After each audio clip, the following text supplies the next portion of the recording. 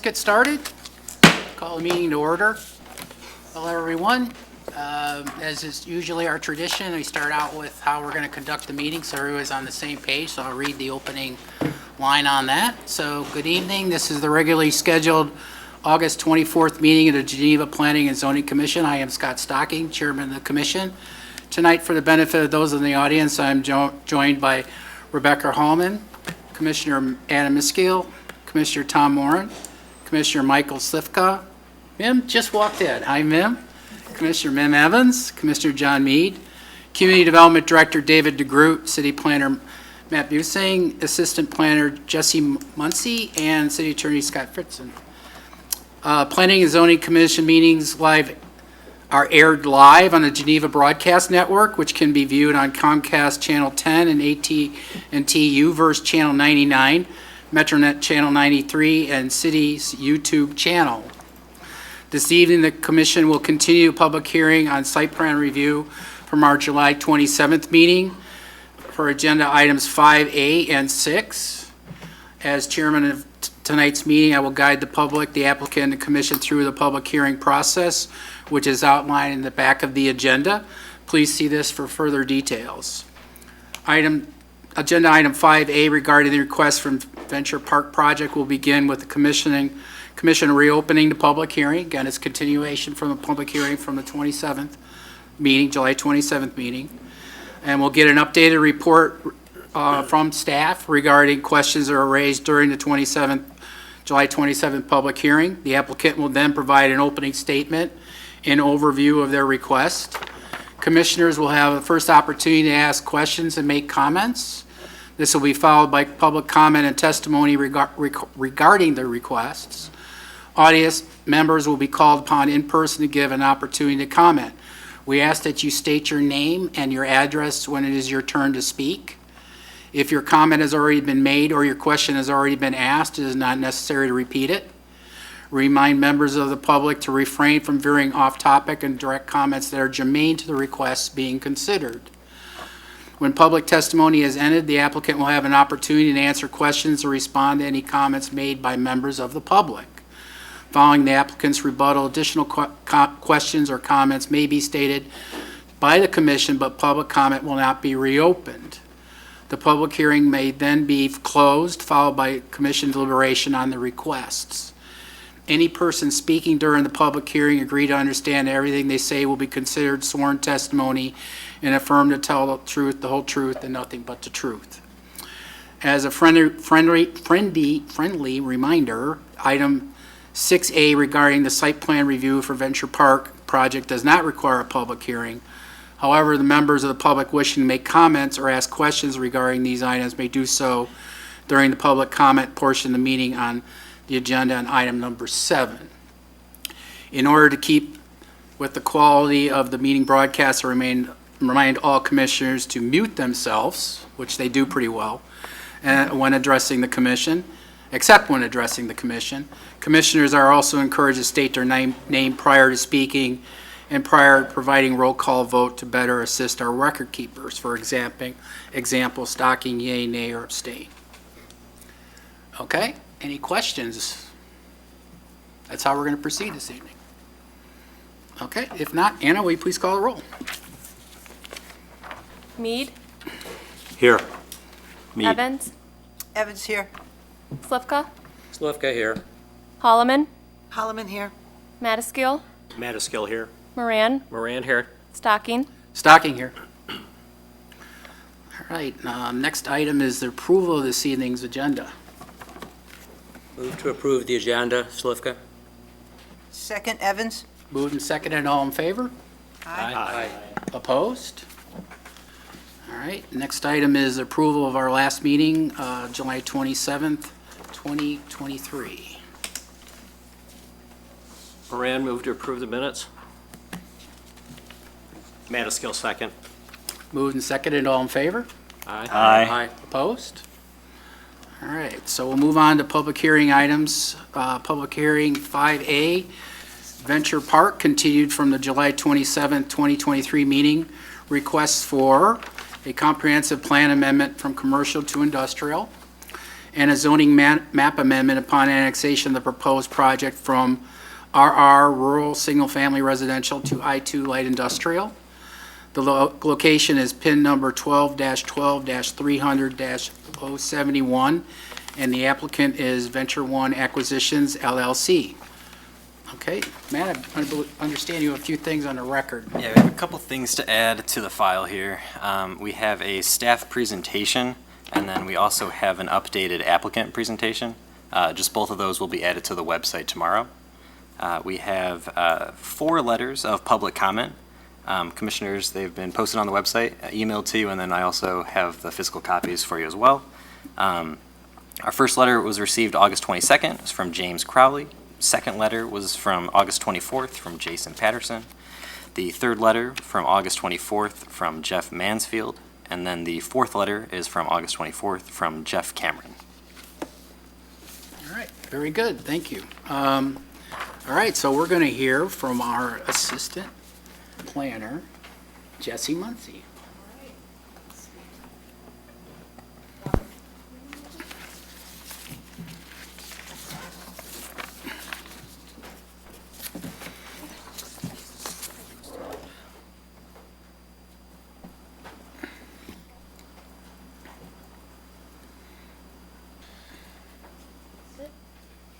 Okay, great. Is this guy on? I don't think You so. got it? Is Okay, red light on? Is it? I don't think so. Sounds like it's on. Great, hi. Yeah, my name is Jesse Muncy. I'm the Assistant City Planner, and I'd like to present to you guys today, and all of you guys, some of the research staff did to answer some of the Commissioner's questions about this property and the regional planning outlook and nearby towns, what kind of industrial things they're doing, and some other stuff. So, sorry. Okay, cool. So this is the table of contents here. We have first Geneva planning and land uses. Then we have regional planning, industrial zoning changes and concerns in nearby towns, the industrial outlook for the Fox Valley, approved pending industrial developments in Geneva, commercial use estimates for this site, and affordable housing use analysis for this site as well. So let's begin with the Geneva planning and land uses. So this Venture Park site sits inside the Southeast Master Plan area, the SEMP area there. That's all the red. This plan was adopted in 2012. It is a proactive plan for the orderly development of land in the city's southeast planning jurisdiction. The southwest area of SEMP, this guy right here and some other parcels, is to be a mix of industrial and commercial uses at this corner, envisioned to mainly serve and complement the existing recreational uses across from Kirk, which would be over here. And that is the baseball stadium, soccer facility, ice arena, and golf course. And also, it's made to complement the proposed hotel, proposed meeting site, and proposed competitive sports facility at the former Kane County Jail site and Settlers Hill landfill. And this Venture Park site here would sit on parcel 10 and 11 and part of 13 of the this SEMP area here. Parcels 10 and 11 were to be separated by a signalized intersection that would create 2 24-acre lots with strong commercial potential. Now, as of right now, this signalized intersection is not planned to be made, but at the time in 2012 it was. Well, in the future it was. And additionally, there is sort of planned in this SEMP plan, supposed to be additional access potential through Dawn Boulevard, which is right here, but it's not made yet. This would create corner lots with commercial potential in 11 and 13 there. So SEMP was supposed to develop from the south along these colored areas here. There are 2 development scenarios, the commercial southwest in red and the light industrial southeast in blue. And not mentioned heavily elsewhere in the plan is this highlighted area here, or bolded area. So this is on page 18 of the SEMP plan. I think this is very important, so I'm just going to read it straight up. It says, it should be noted that some of the commercial southwest area, noted in red on the preliminary plan shown to the right, may be best suited for light industrial land use as an extension of the land uses to the south and east, but for sake of naming has been labeled commercial. So what that means is that even though it's red and labeled commercial, really it might be best used for light industrial, just as this is best used for light industrial. And Venture Park is an industrial land use. I think that's important to note here. So how has SEMP progressed so far? So far, most of it is still unincorporated here. So all the yellow is incorporated Geneva, and the rest is not. So that's mostly unincorporated, and most of it is still undeveloped as well. That's this sort of light green area here. Now we can look at the Settlers Hill end-use plan, also from 2012. And so that's Kirk right there. So that's the SEMP area, and this is Settlers Hill with the baseball stadium, golf course, and some other stuff. They had a few, actually multiple different plans for this site, additions to add to it. So these are all in red, what they wanted to add in 2012. But most of these things were never completed or being actively pursued. And these are the relevant ones that were not completed or actively being pursued. The Ravinia-style concert and event center, the camping area, enhanced parking roadways, and resort hotel and restaurant. And then over here in these red areas, a banquet hall, clubhouse, restaurant, recreational development, hotel, medical and rehabilitation center, and small and large event stages, they are not being actively pursued. So I think it may be important to note that since these improvements were not made, that commercial development over here in the SEMP area, in the Venture Park area perhaps, may not make as much sense as if they had been developed as they were intended to be. And then we can look at Geneva's strategic plan. So that was adopted in 2018 and revised in 2021. It goes until 2025. Here's Objective 2. I'll read it out for us. It says, develop a resilient local economy through the development of new commercial and industrial opportunities that add to the city's tax base. So that Venture Park is an industrial opportunity. I think if, that would go towards Objective 2. And as far as the action items of this objective, there are two that are relevant here. They're both related to SEMP. So in furtherance of the Southeast Area Master Plan, complete annexation proceedings with developers, and then also evaluate public and private partnership opportunities to complete this plan. Both would be worked towards with development of the Venture Park site. And we can look at our tax base here because this objective relates to the city's tax base, tries to bolster it. As of 2021, most of Geneva's tax revenue came from residential and still does. It was 77% in 2021, which is very high, and industrial only made up 4.39%. So in theory, if we increased the industrial tax base, then we could take the burden off the residential one. Then we have land uses from 2018. Most of the land use is also residential, single family. It was 31.4%, and industrial was the fourth smallest at 4.7%. Now we can look at the regional planning. Move this over here. So staff looked at comprehensive/master plans from 3 nearby communities, from St. Charles, Batavia, and Aurora, to see what their current and future industrial outlook is and what they wanted to see. So after looking at that, their comprehensive/master plans either do not mention limiting or restricting industrial, or do mention supporting and maintaining existing industrial. All 3 towns have major industrial centers along Kirk Road, which I will show you in a second. And Kirk Road is a designated strategic regional arterial road, or SRA. According to King County, SRAs serve as a second tier to the highway system with a focus on throughput capacity and regional connectivity. The system is planned to be a comprehensive transportation network that can handle long-distance regional traffic, which is to say truck traffic. So SRAs are truck routes. So currently in St. Charles, they have Kirk Road right here, and then their major industrial center is along Kirk Road, with office and research, special manufacturing, and limited manufacturing. You go to us in Geneva, we also have some industrial along Kirk or around it, light industrial, general industrial, office research. So I'm kind of following Kirk Road here to show you guys. And Batavia, similar thing, light industrial, general industrial. Finally, Aurora to I-88 down there.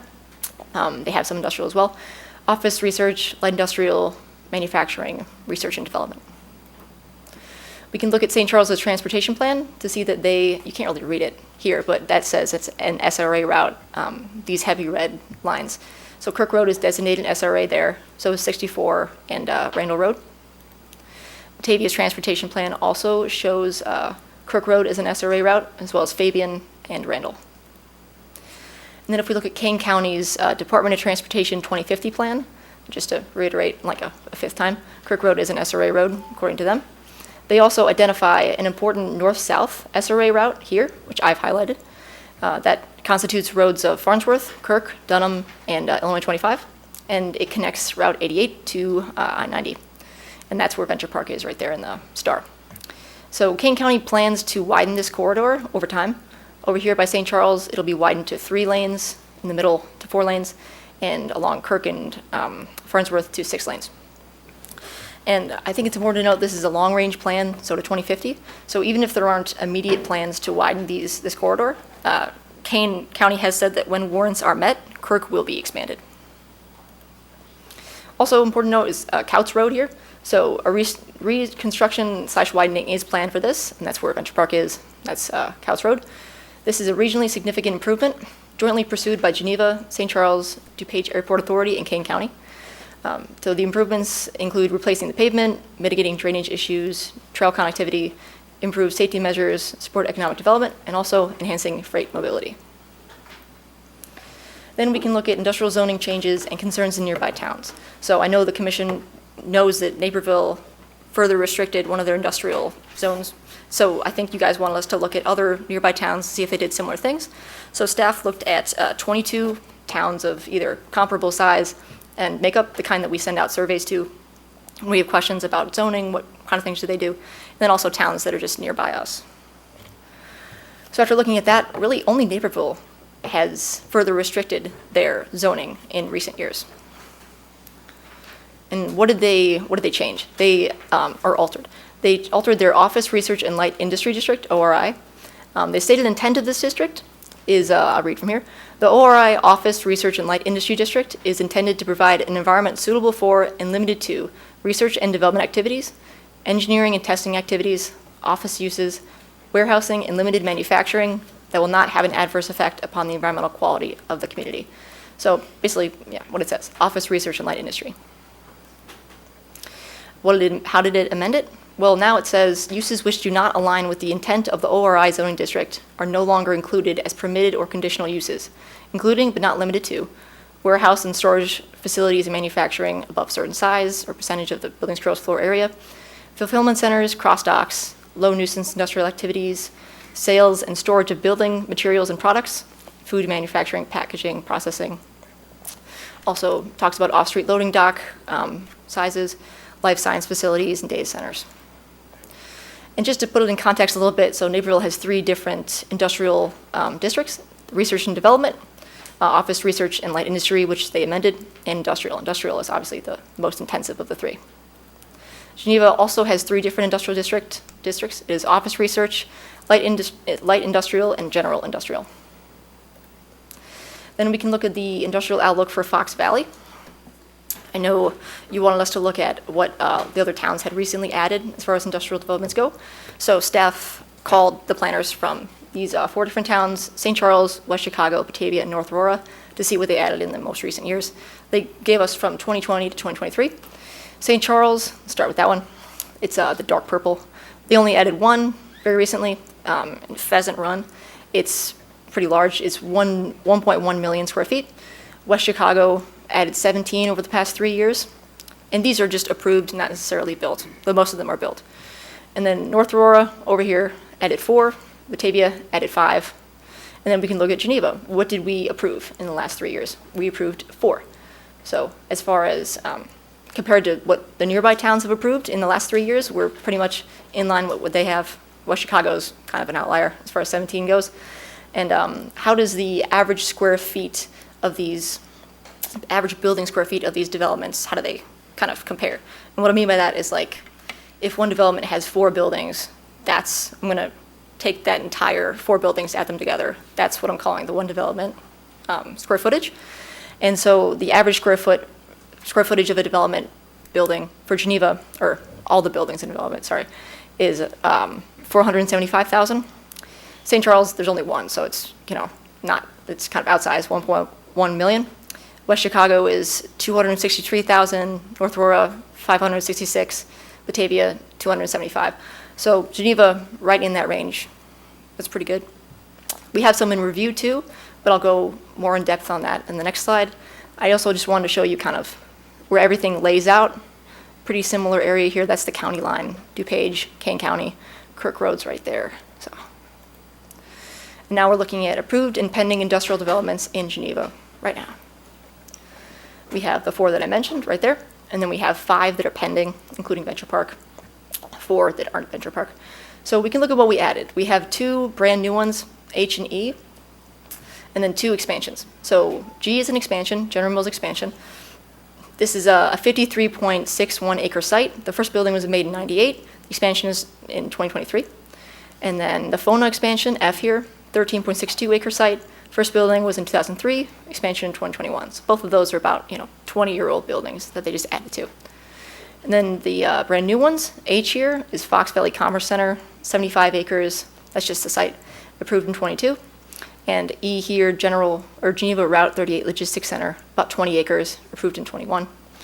The ones under review right now is Bullock Campus here at 54 acres, MIF at 211 acres, Geneva Oaks Business Park at 19, Fabian Parkway at 13.42, and Venture Park right there. So now we can look at this chart here for the total building square feet per project. And these little parentheses, that's the number of buildings. So in your staff report, I did add, this may have been in that, but I added to this chart a little bit because I thought we needed more info. Oh, I'm sorry. Could you go back to the last slide? There's just one Absolutely. thing Yes. Fabian Parkway, okay. Yes. I just wanted to look at A and B one more time. Yeah, please go ahead. Okay, okay, Yeah. thank you. Okay, sure. And we can, yeah, of course, any more questions you have, we can also answer them after this here.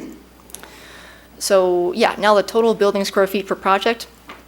The largest, as far as total building square feet that's been approved, not yet built though, is the Fox Valley Commerce Center. That's 4 buildings totaling 1 million square feet together. Out of this bunch, the largest that's been built so far is the General Mills with its expansion. With its expansion, it's 465,000 square feet. And if all of these were built, if all of them were approved and built, then the largest one would be MIF Geneva Park with 8 buildings, 2.6 million square feet. Of course, it's just in review right now. They could change, all of that if they wanted to. And Venture Park would be the 3rd largest at 719,200 square feet with 1 building. That's a little bit of that right there. And then I'm going to move on. This one, just kind of summarizing that. So the approved square footage is almost 2 million. In review is about 4 million. Now we can look at how could we fit commercial in this site? What would it look like if we tried to do that? So staff looked at 4 different shopping centers in Geneva that already exist to see how they'd map onto the Venture Park site. We have Geneva Commons there, Reyno Square, this top part of this, I put a little dotted line to separate the two, and Fabian Crossing. And then State Street and 3rd Street, that is just a very popular shopping area. This is what they kind of look like, a little closer up. And these are the acreages of the shopping centers versus Venture Park site. And I found these acreages using the Kane County tax website and using their GIS system. So whatever they had there, that's what I found. So Venture Park, according to that, is at 55.625 acres, and it could fit all of Reyno Square or all of Fabian Crossing. So it could fit all of that guy or all of that guy. It could fit most of Geneva Commons in it, and a large majority of State Street and 3rd Street as well. So it's a pretty big site. But I do want to note here that just because it could fit all of those, or well, either you or most of you in it, does not necessarily mean that the demand is there for that at that site. Geneva Commons, Reyno Square, Fabian Crossing, they're all along Reyno Road, which already has a lot of commercial, draws in a lot of people already. So those are good spots for that. And State Street and 3rd Street has the train tracks, has 38 there. It's very popular already. Just because those could fit in Venture Park site doesn't necessarily mean that they would work financially. And now finally, we can look at the affordable housing use analysis for this site. In 2020, Geneva created an affordable housing plan and identified 16 different parcels that could be used for affordable housing. Venture Park was one of those parcels. 3 years later, we have 13 out of the 16 still available. 1 has been made into affordable housing, yay, and then 2 other ones have been taken out of that lineup. 2 of these available parcels have pending applications. This is pending Venture Park. That is pending Bullock Campus. So what has been taken out of play? Emma's Landing, obviously affordable housing now. 11 acres. The old library building has been acquired by the city. It's 0.5 acres, so that's out of play. And then Geneva Route 38 Logistics Center is 20 acres. That's also out of play.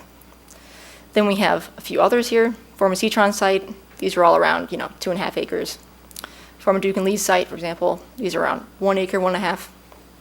Bullock Campus. We have some other vacant land here. Venture Park, more vacant land. And now we see all the sizes lined up next to each other. So Venture Park and Bullitt Campus are very large compared to the rest of them. There's, 55, 54 acres compared to, 15-ish acres and then 5 and under. But what does that really matter? What kind of qualities do housing developers usually look like if they're looking to make affordable housing? These are the 4 major categories they're looking for. They're looking for sizes between 2.5 and 5 acres. That'll give them 50 to 60 units, near groceries, near parks, and near public transportation. If we look at Venture Park, that is outside the typical range by quite a bit for affordable housing. Here, if we look at that stipulation, really only 4 technically match that, but Emma's Landing is 11 acres, so this, you can't really see it. It says 10.3, 12.8, could probably maybe push it to those 2, but Venture Park is still very far outside of that range. And kind of more of a visual to show what kind of housing would fit on there. This market rate housing of Fox Run subdivision from 1998, it's 47 acres, 93 lot single family development, that could fit inside of Venture Park. So Venture Park is quite large. And if you want to look at how far it is from grocery stores, the closest one is Aldi. I just got this off Google Maps, so that's what Google Maps told me, 2 miles away. Over here, Trader Joe's is the next closest, 3.4 miles, and then everything else is kind of just along Randall there. From parks, again, it's about 2 miles away, Esping Park, Sandholm Woods, and then the river, Fabian East, 2.6 miles. There's some more options the farther out you go. And then public transportation, finally, the closest PACE route, it's a bus route, is 1 mile south, right there. And the next closest one is 3.1 miles, all the way over the river there. And then if you want to go to Chicago, Metro Rail, 3.4 miles. So, in summary, for the affordable housing, the site is too large for the preference of most affordable housing developers, at least in staff's estimation. The grocery distance is 2 miles, park distance is 2 miles, and public transportation distance is 1 mile. And that is the end. I can stay up here if anybody has any immediate questions, and then the more senior staff members can answer any ones that kind of trip me up. Ma'am? First of all, very nice presentation. Thank you. You hit the questions. I appreciate the amount of work that went into checking into all this information for us, so thank you. Sure, yeah. I just have one question. Back when you were listing the the amount of square footage in the other communities, St. Charles, Batavia, Aurora. A second, sorry. There we go. This Yeah. one? Yeah. Now, those figures for all the other communities are built square feet on the ground? Those or- are approved to be built. Approved. Most of them are built, but I'm not sure all of them are built. Okay, and then for Geneva, Mm-hmm. you've got, if we add together your 4.1 million, and Yes. then your 1.9 million, Yes. Geneva far outstrips all these other communities. That, as far as if they were approved in the same time frame, that's correct. But I didn't look at what the other communities currently had. So that's what's been approved since 2020. If we were to, right now, approve all the ones that are in review in Geneva, yeah, that would be true, but only for the time period of 2020 to 2023. Unfortunately, I didn't look at what they currently have. This is just the new ones. Excuse me? Didn't look at their pipeline. I'm sorry? You did not look at the other towns' pipelines No. for approval. Pipelines for approval, no, I did not, no. I just asked them what they had done, yeah. Okay, thank you. Yeah. Any other comments, Commission? No? Okay. All right, well, Thank you, Jesse. Thank you. Excellent job. thanks. Don't know how to exit out of here. Do I just, okay. Go. Okay, next item, our next person up is the applicant, so we'll hear from, Do you know how to do this? Okay, it's gonna be off screen. I just do, Do full screen, a little bit more, yeah. yeah, thank you. Good evening, Planning Commission. Ryan Stoller from Venture One Real Estate. Good to see you guys again. I'll keep this brief because I think everyone's pretty familiar with this project, but I did want to come back and address. Oh, sure. Do you solemnly swear or affirm under the penalties of perjury that the testimony you are about to give shall be the truth, the whole truth, and Yes. Thank you. So I wanted to come back and address the specific questions as well that some of you had about the project. So this is done. So one of the comments that was addressed, or the request, was, what will this look like from the street? And so what we did is we asked our architects to come up with an actual rendered street view and elevation. So this is a side elevation from Kirk Road, taking into account actual planned elevations along the way. And you can see, working from left to right, left is Kirk Road. Then we've got a 50-foot right-of-way, an additional 45-foot utility easement, and then we have our berm. And then we're planning on our landscaping on top of that berm. That's followed by our detention pond, and then obviously the start of our site. So there's approximately 450 feet between the road and the building. And what this looks like proposed from when it's actually built is this this view here. So one thing that is in this this view that wasn't included in our last presentation, we went back to our designers and asked if we could figure out a way to add to the site to lessen the view from the street even more. We actually think the way that the elevations work and the sight lines with the berm does a really good job at hiding certainly all of the loading docks, but to the extent that we could add to this even more, in addition to the landscaping that you can see rendered here, you can kind of see a little bit. We've included a screening fence as well. That's dark brown in this picture. I'm going to go back to the site plan. You can see where that's actually proposed. It's this yellow line. So we're actually proposing to add this to our plan as well. That should lessen any view of of the loading area as well. Certainly any of the traffic within the site. And this is what we anticipate the street view being. Another comment or question that was raised is just about the need for a facility of this type, and I think the staff did a really spectacular job. You did a really good job at that market analysis, but just some additional data points that might be helpful. Certainly, why we think that this is a viable project, and we're willing to invest tens of millions of dollars into this. This chart here shows vacancy rates across the Chicago MSA and Fox Valley. Fox Valley is how our industry defines this area of Geneva and St. Charles and Batavia and so forth. So as you can see today, the vacancy rate in Fox Valley is 2.41%. While that is slightly higher than it was last year at 2.27%, this is at an all-time low and really one of the lowest percentages across the country. A healthy vacancy rate for industrial product is about 8%. We haven't seen 8% since 2013. If this chart were to go back to 2009-10, that was the previous economic downturn, vacancy rate spiked to mid-teens. But before that, it was really stabilized around 8%. So there's, from our perspective, a real need for this type of facility, and again, we're pretty confident that that when it's built, it will be occupied. And this, again, compares to the greater Chicago area of 4%, which also is very healthy. And then maybe this will answer one of your questions. We just looked at how much industrial warehouse product does Geneva have in relation to St. Charles, Batavia, and West Chicago. And as you can see, there's a lot of numbers on here, but Geneva makes up less than 10% of the product within the Fox Valley.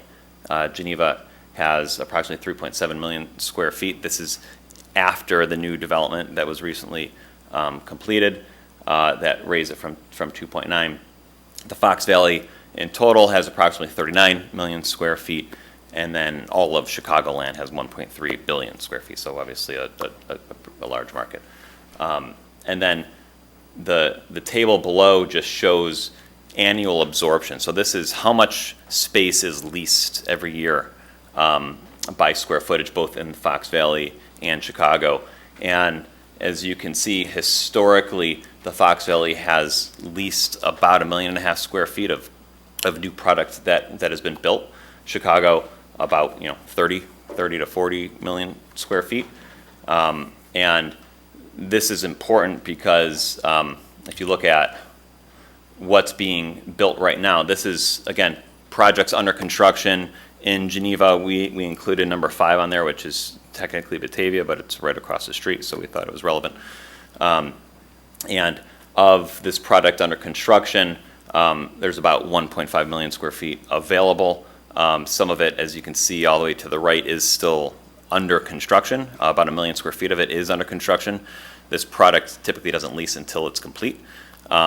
So there's about 1 year's worth of historical absorption supply available, and then there won't be any left, combined with this historical low vacancy rate. So that's kind of why we're here, because we think that there is ample demand, and we're pretty confident that that this project will be received well in the market. So that's what I have. That's my new additions to the presentation. Obviously, I'm here for questions. Appreciate the consideration.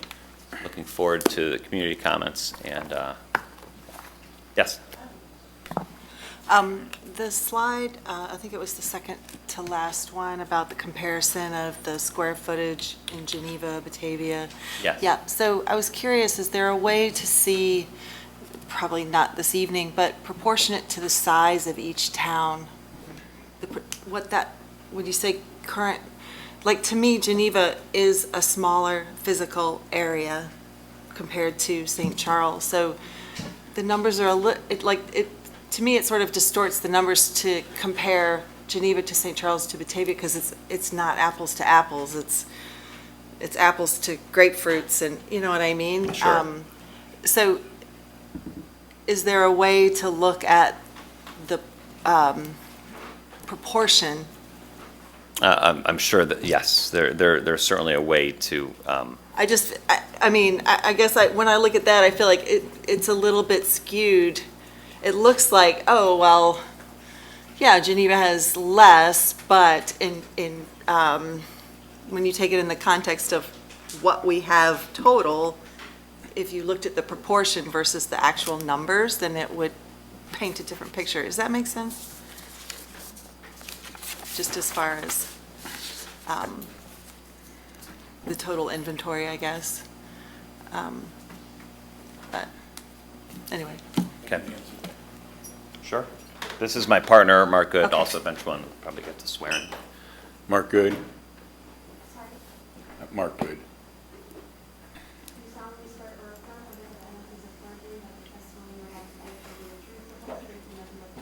Yes. So the way I would like to answer that a little bit is that, by the way, it's a beautiful town. We had dinner in downtown, and it's great. But from our perspective, we looked at it and said, how much land is really left to be developed in the Fox River Valley? And St. Charles has been developing, I've been in the business 50 years, it's been developing, over that 50-year period. There used to be, Kirk Road was going to be the Fox Valley Freeway many years ago. There's still right-of-way for that, which will never happen now. But a lot of these communities have already developed a lot of their industrial, and there isn't a lot of other areas to develop. The last few sites left to develop happen to be sites that are being converted what might have been a commercial site or an office site or something else, and those uses aren't viable anymore. So when you look at the market from Elgin down to Aurora, which we call the Fox Valley, there are very few sites left to be developed in this area. So, although Geneva's population as a whole in the area will be a little smaller than some of the other communities, it really fits within the overall market that we look at, because the company that is going to come here isn't just servicing Geneva, it will service the Chicago metropolitan area. So we look at it in a combination of the whole area. And I think you made a very good point, it was presenting earlier, that we look at tax bases of communities, and your tax base percentage for industrial providing income to your community is significantly less than any other community in the region, and this would help bolster that to being on par with your other communities for a diverse tax base. So that's sort of how we look at it as a region, recognizing that obviously you have your community here, but it's still part of the region, if that helps. And I'm having my young assistant here do research on population for these 4 communities, so hopefully we can answer that by the time we're done here tonight. He's very good at that. All right, thank you. Yes, ma'am. To follow up, as long as you're having somebody do research, how about a ratio with acreage or square miles, whatever the unit is, as opposed to population? If they could look into that as well. Maybe not at the same time, but he'll try very hard. I think it'd be, He's really good, so. it should be simpler. Try to get the population and then we'll work on acreage. I think we can relate to that, though. Let me comment on acreage, because I can actually do that. When you look at the total square footage in each community, which we have here, typically an industrial building has 0.3 coverage ratio. So if you just take the square footage of the buildings, divide by 0.3, you'll get the acres, typically. Because by the time you have parking and detention and landscaping, on average, your buildings, our coverage is about 30% of your site.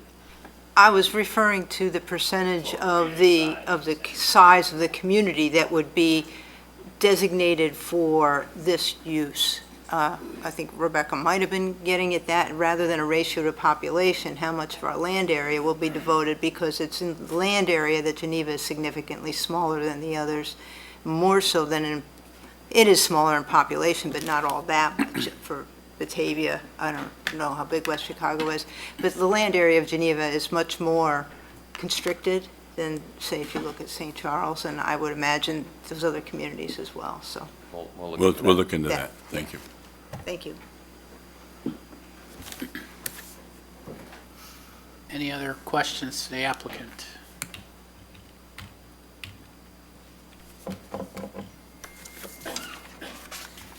No other questions for the applicant? Okay. All right. I don't see any. So we're going to open the public hearing portion of it, and I'm going to swear everybody in mass, so we don't have to do it all individually. For folks who are, if you're planning on, if you haven't already done so, please sign the sign-in sheet as you get in, because we're going to take that in order, we're going to take it in order. So whoever first signs, go to testify first, so on. So if you haven't already signed up to testify, please do so. Yeah, public comment, I'm sorry. And those who are planning on testifying, please rise so I can swear you in.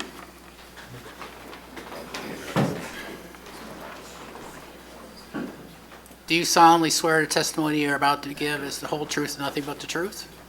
I do. Thank you. Honorable John. All right, I'm waiting to see waiting for my planner to give me the sheet, and then we will call. Oh, while we're waiting, why don't we take that answer? Do you have an answer for us?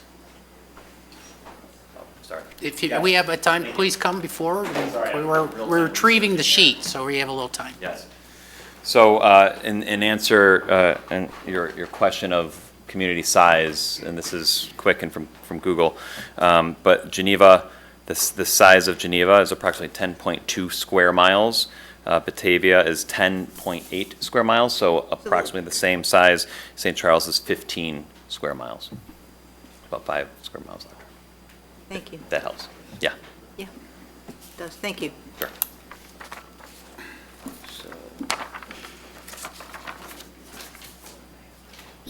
The size, but almost twice the square footage. Yeah, could you flip back to that slide with the numbers again, so we could, Yeah, maybe just leave it up. No yeah, problem. that'd be great. Thanks. Yeah, thank you. Thank you. So St. Okay. Charles is twice the square We're footage. going to go in order of people who have signed in. So the first person on the list is Brian Maher. Good evening, everyone. I would like to take this chance Sir, to... please Yes, give I'm your sorry. address. Well, Brian Marr, East Lane Road, Geneva Township. So I would like to take this opportunity to thank all of you commissioners for keeping public comment open for this very important decision that you're making for the future of Geneva. In January of 2022, traffic data showed 28,000 vehicles, and now this is nearly 2 years ago, obviously, 28,000 vehicles at Kirk and Fabian intersection, right where this building's going to be. 24,000 vehicles going west from there on Fabian, 27,000 going west of Kirk on 38, so going through town, and 30,000 going north on, that would be on north of 38 on Kirk, heading north. And obviously, these were all COVID numbers. I think we've all seen what traffic has done in the last 2 years. It's crazy out there now, by comparison. Actually, I'm going to, Brian's slide where he showed the 5 buildings under consideration would be perfect for what I'm going to talk about here. The number of docks on these buildings that are being either considered in the area, from Pheasant Run up on the north, down to the Batavia Logistics Center, near where we're speaking of, it's a distance of about 1.5 miles. There are 883 total dock doors in this 1.5 mile area. And of course, that doesn't even include the DuPage Industrial Park, which has 640 open acres that hasn't even been developed yet, and they don't know what they're going to put in there. But I'm sure there will be more dock doors involved there. The industry standard for determining the number of docks on a building that you're going to build, how many you need, is based upon the number of trucks per hour and the unload time that each of these trucks need. So, 6 trucks, they take 3/4 of an hour each. You should have 4.5 dock doors. Okay, pretty straightforward. So taking those numbers, 883 docks mean potentially, and granted, this is at only peak hours because you have to plan for peak hours, there could be 1,200 trucks per hour in this 1.5 mile area. Now, I want to share with you now some calculations that I came up with based on diesel emissions from these 1,200 trucks potentially per hour. And these are all emitted within this 1.5 mile area, this 1.5 mile stretch, right? Carbon monoxide, 404 grams per mile times 1,200 trucks. That's 1,000 pounds an hour in this 1.5 mile area. Particulates, 600,000 milligrams per mile, which translates with 1,200 trucks to about 1.5 pounds an hour of particulates. NOx, which is nitrogen, oxides of nitrogen, NO2, NO3, NO4, would give us 84 pounds of NOx per hour in this 1.5 mile area. Now, and this doesn't even enter in any of these car emissions that we're going to have. MIF alone has 1,558 car parking spaces on those 8 buildings on that proposal. Now, my bride and I moved here 38 years ago, and we started our family in Geneva. We've seen many changes in this period of time. Some of you, not too many of you, but maybe some people in the audience could remember you could drive from Elgin to Aurora and hit about 3 or 4 lights. Obviously, that's not the case anymore.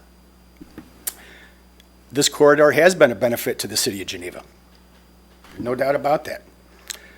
But I'm going to tell you, I feel that a high concentration of speculative mega warehouses will not be beneficial to the city or its residents. I sold PPE on the south side of Chicago for many years, and I hardly went to warehouses because you know why? There's hardly anybody that works in warehouses. You have forklift drivers. They don't need PPE. And with automation the way it's going to be, those numbers are going to do nothing but go down.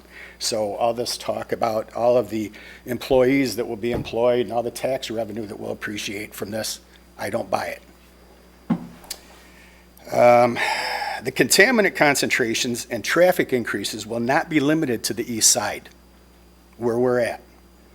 Everyone will be affected by these and other future unforeseen consequences. In my opinion, commercial, industrial is not appropriate for this area. Geneva has 10%, based on what Brian said, of this type of project compared to other towns. I say good for Geneva, because there's no way that speculative mega warehouses make Geneva better. Okay, thank you, sir. Next person is Haley and Angelo Fusa. I'm sorry, I probably pronounced that. Gotta give you credit.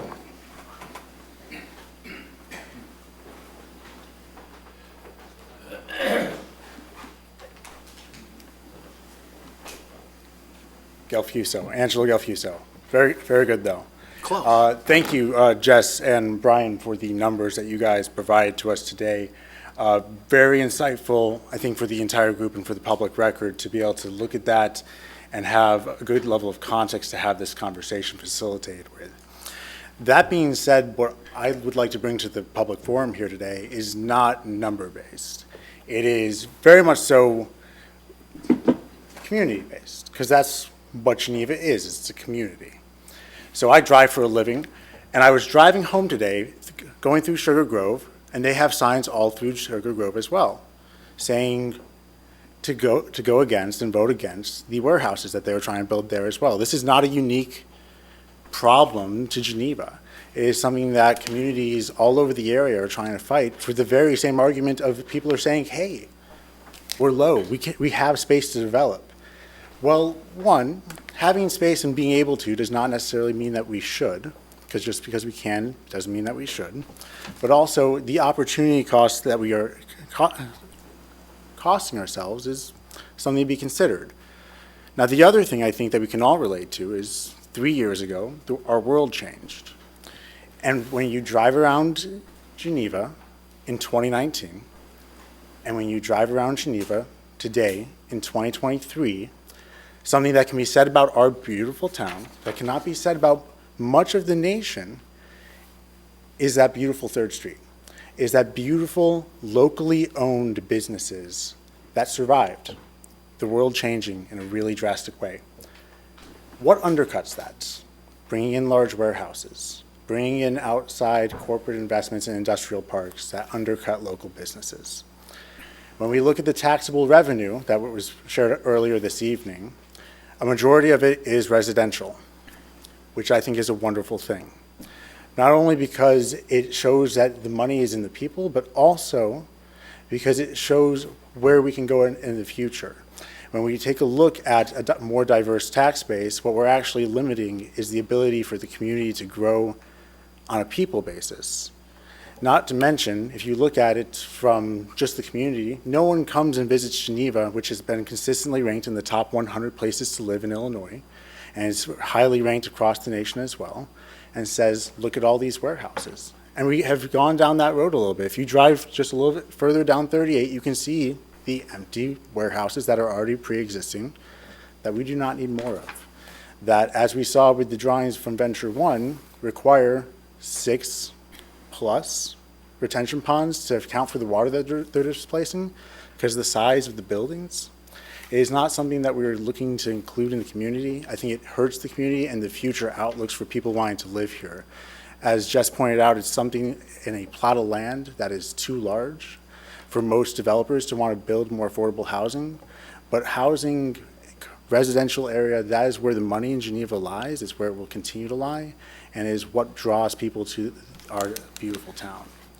So with that being said, I think that the community would be sacrificed by the hand of this development and instead improved on, again, something that is speculative at best and potentially damaging to the environment, both of the community and the local area.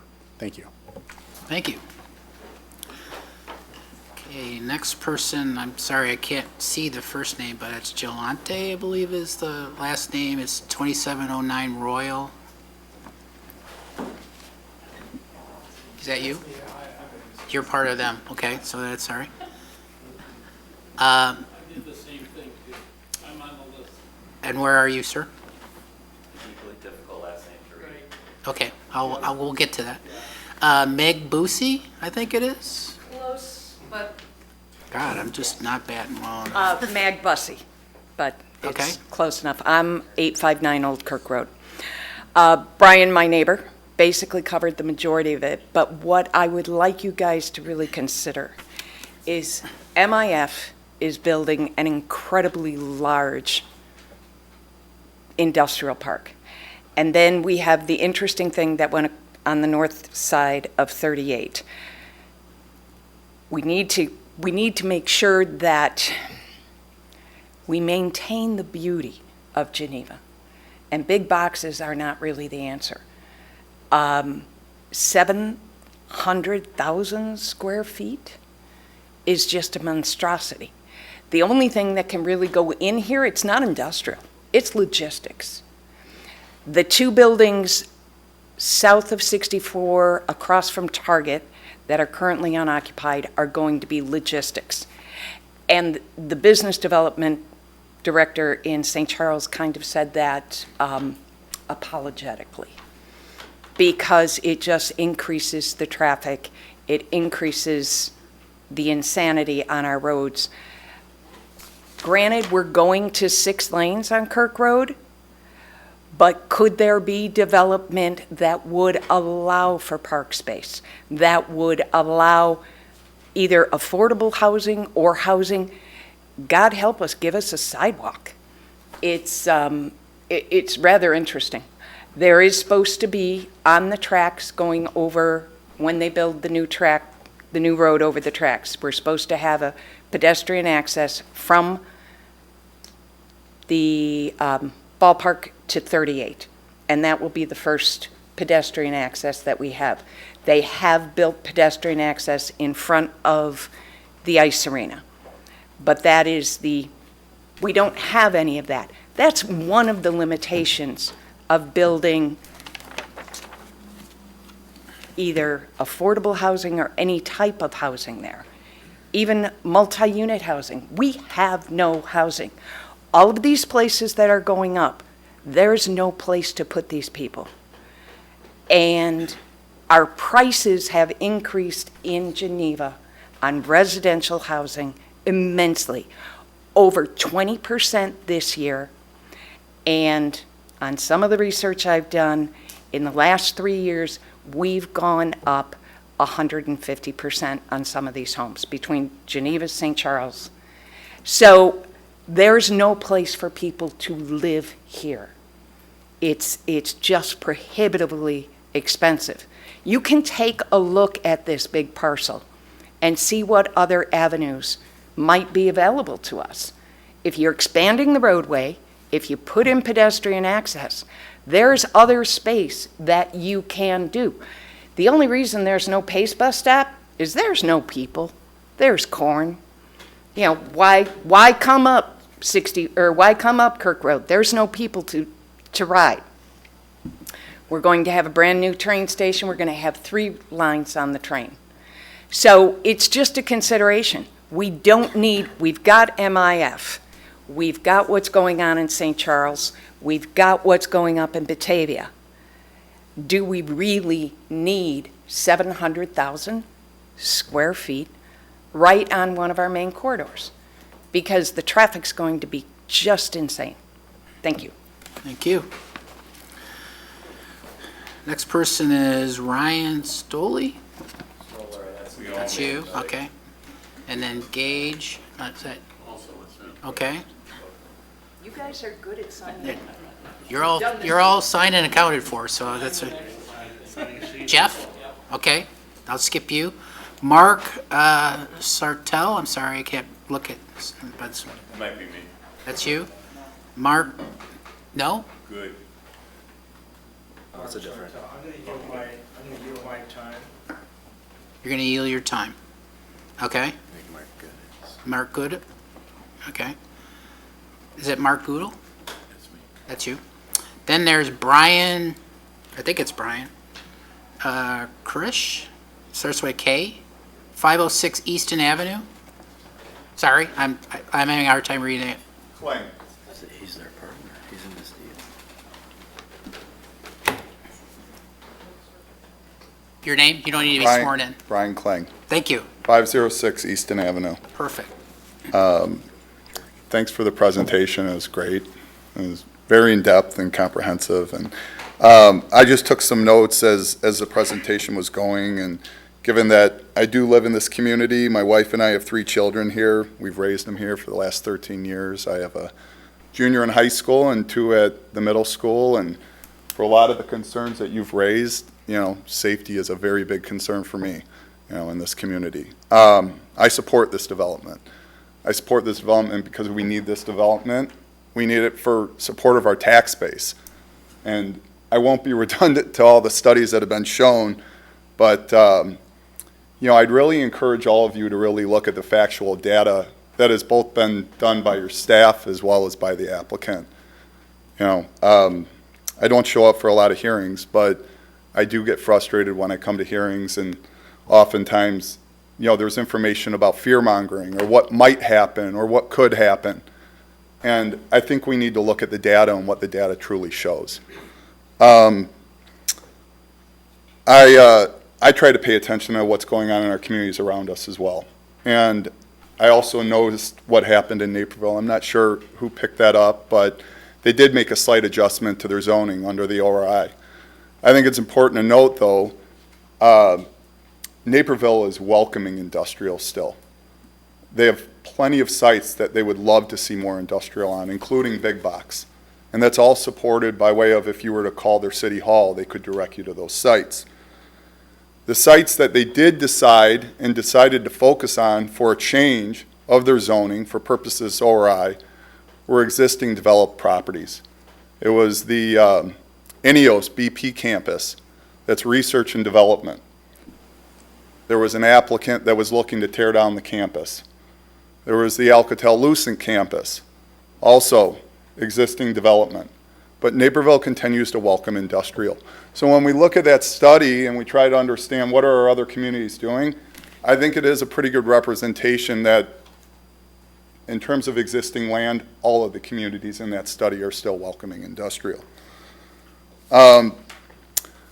Batavia, I noticed actually there's somebody, Austin Dempsey, who, I think they've developed half of Batavia, but he probably knows the population of the city. I think Batavia is probably pretty similar to us on a total population, yet their industrial footprint, I think, is almost 300% of ours. I've seen teachers come here and fight, for themselves, for the community, for our students. We need this. And, I think that Venture One has really thoughtfully chosen this location. It's consistent with the surrounding developments. As we sit here today, there's a building being constructed, as is what's been somewhat highlighted at the southwest corner of Fabian and Kirk. That's in Batavia. Those trucks will drive, as people have mentioned, to Kirk and Fabian, and it's going to generate over $1 million in taxes for the city of Batavia. Aldi Corporation owns all the land at the southeast corner. While they haven't decided what they're going to do with that property, it will be for expansion of their industrial campus at some point.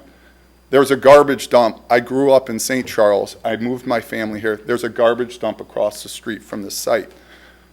That will not be developed.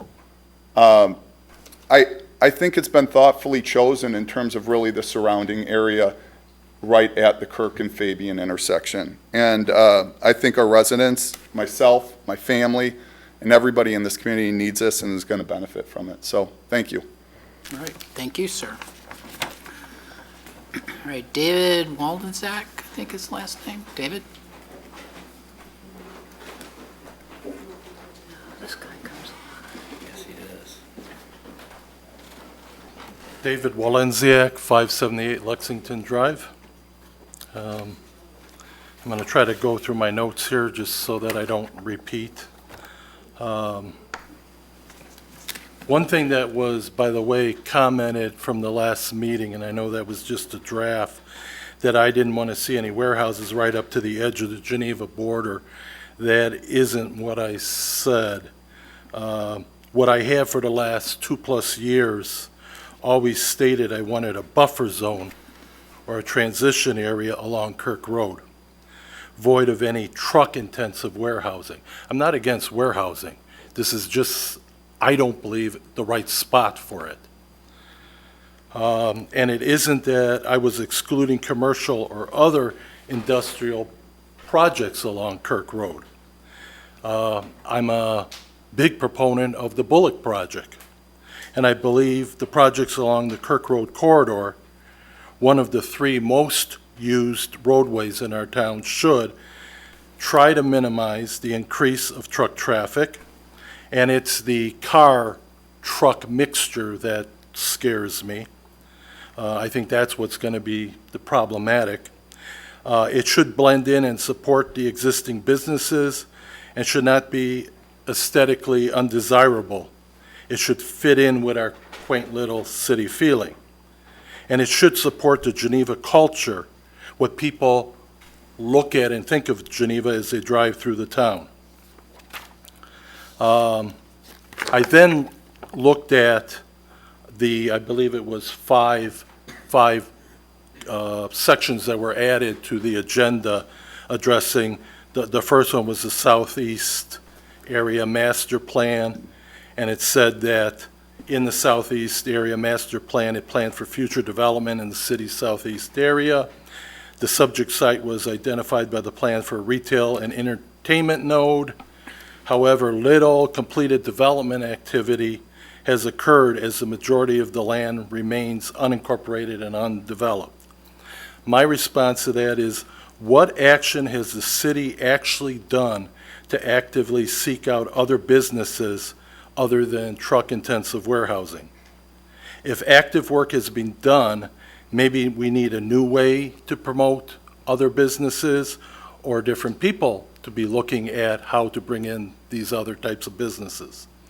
There was a comment made at the last meeting that made it sound like nobody else has come forward over the years, so what choice do we have? First of all, that land's been sitting empty for how many decades now? And I'm not aware that the city of Geneva is going broken into default at the moment. So my question is, do we really need to act on this right now when it's in direct conflict with the original strategic plan? I also would love to see the city bring in more tax revenue, but not at the expense of our city culture and way of life. I don't think we need to sell our souls just because nothing else is coming forward. I heard the same kind of common attitude about 2 years ago from city members when we had to deal with the Amazon endeavor.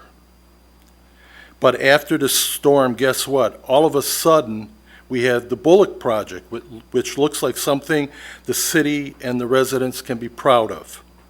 And don't forget, there is plenty of land east of this site to continue the warehouse frenzy that won't impact what I call the Kirk Road corridor.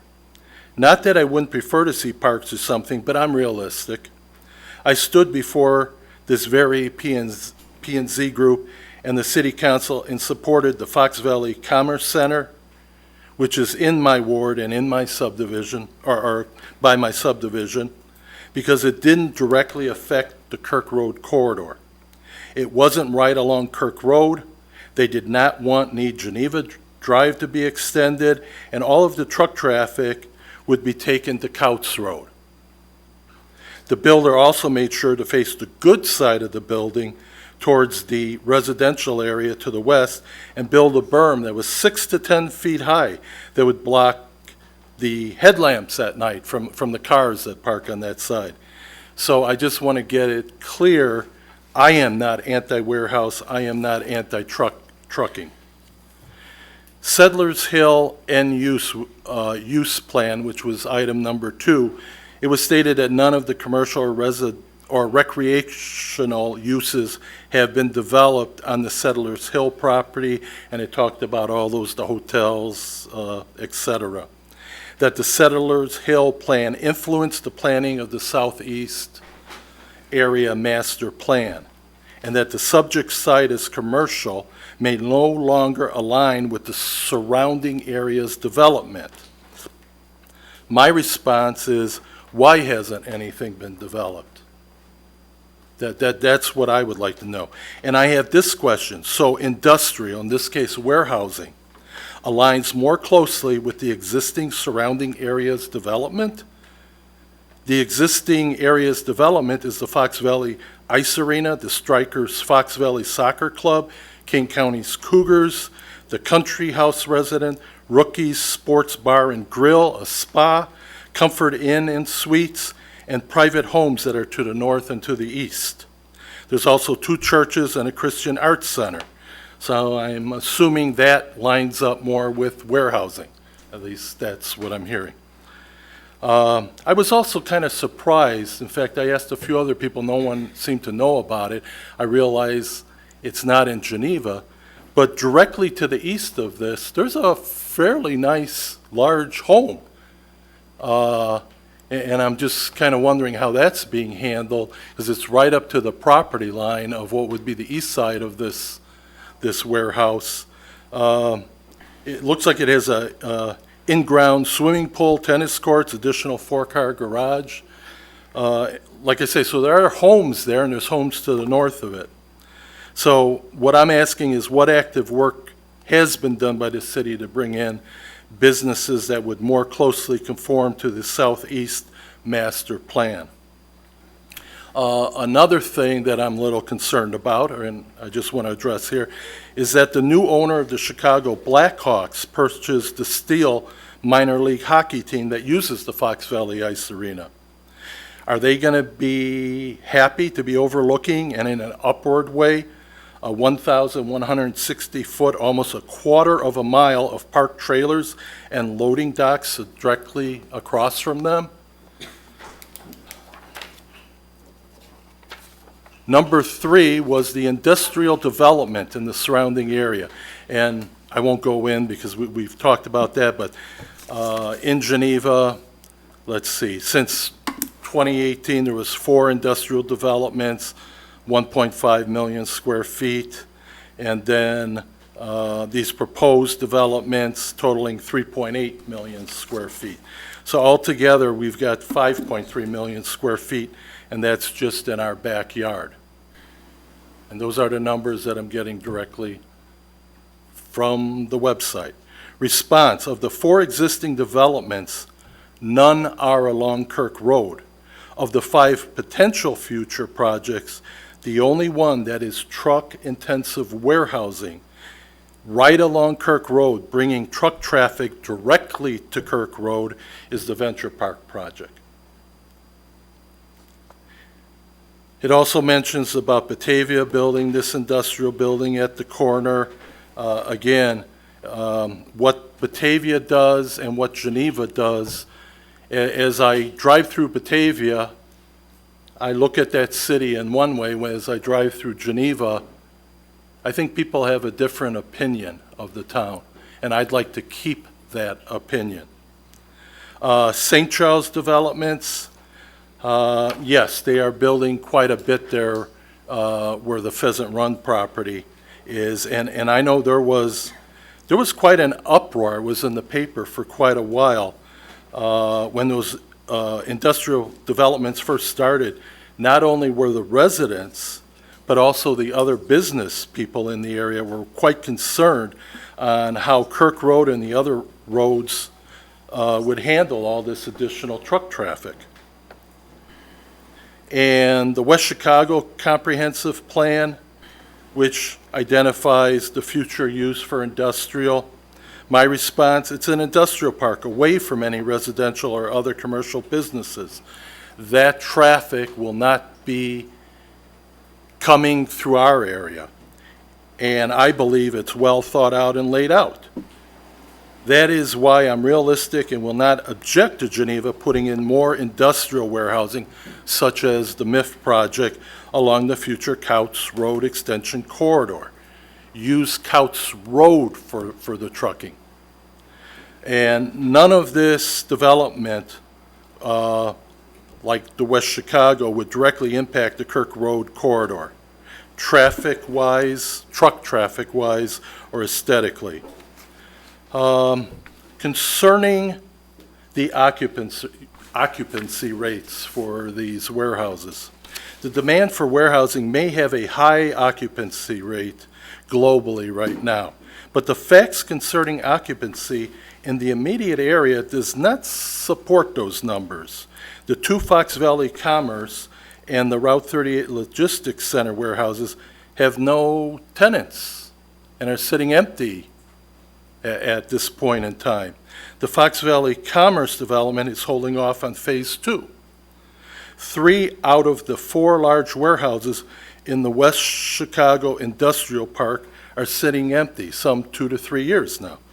And then you can factor in all the competition of all the new warehouses that are to be built in St. Charles, Batavia, and Geneva, everyone competing for the same tenants. And all I can say is, if I look past history, Geneva usually isn't the greatest when it comes to competing for the other cities over getting businesses brought in. 4 was the available land for development.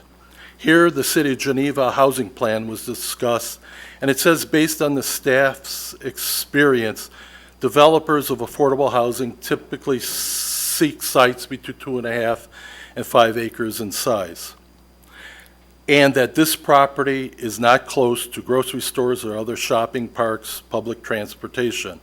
Well, welcome to the east side. That's all I can say. Yeah, I mean, my response, looking at the map, the only large parcels of land left on the east side, 1 of 2 is already spoken for, leaving this property. Of the little parcels of land called out, several are on the west side in residential areas. Honestly, does anyone here believe affordable housing would ever be built in those neighborhoods? So if this one last large parcel of land is too big, I have a suggestion. Add regular housing, apartments and townhomes, along with the affordable housing. Or what about allocating a section for housing and use the rest for commercial, stores, parks, etc., so they are close by? 5 was comparable commercial sites. And again, it said that this project at 55 acres falls in within the typical size already seen in the city, which ranges from 28 to 70 acres. So it is in the typical size range, that I agree with. And with all the car traffic traversing Kirk Road now, I can't imagine there not being a need for additional commercial development. In fact, if the future industrial projects to the east of here are built, those workers will need places to eat and shop at. Heck, the existing east side residents need closer places to eat and shop at. In fact, I bet the patrons of the sports venues would also use these businesses. So why can't it be a mixture of commercial and housing if the property parcel is too large? Other comments that I haven't, that I have on things that were not addressed. I had asked at the first meeting, could this project, this warehouse building, looking at the size, the shape, the loading docks on both sides, could it be used for a high-volume trucking cross-dock operations? The layout seems to support that, and that yields concern to me about the number of trucks that could be coming and going. Again, I believe the applicant did not have any tenants in mind yet, so again, that's a possibility. And it was not addressed about what precedence there is for a large building like this to be located along a major thoroughfare in which the good side of the building was not facing the roadway. Instead, 62 loading docks and 2 drive-in loading docks and 62 trailer parking stalls will face Kirk Road. And I think it's foolish if you honestly believe that trees and shrubs will block all of this. The building being proposed has a height of 40 feet. Since the grade level of the trailer parking and the building foundation is already, from what I can tell from the drawings that were provided by the applicant, 13 to 14 feet higher than Kirk Road, that means from Kirk Road, the top of the building would appear to be 54 feet up. From Kirk Road, the top of the trailers would be approximately 27 to 28 feet up. Sitting at the ice arena at Rookies would be even worse since it's down from Kirk Road by about 13 feet.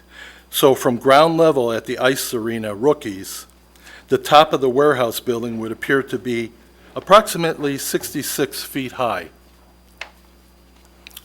So, in conclusion, I look at the strategic plan of Geneva that's called out for 2025. And it says, in 2025, Geneva is a destination community with an economy that reflects, preserves, and enhances the city's unique culture and historic character. The city's economic development strategy results in greater economic vitality, diversification of the tax base, and an improved quality of life for the residents.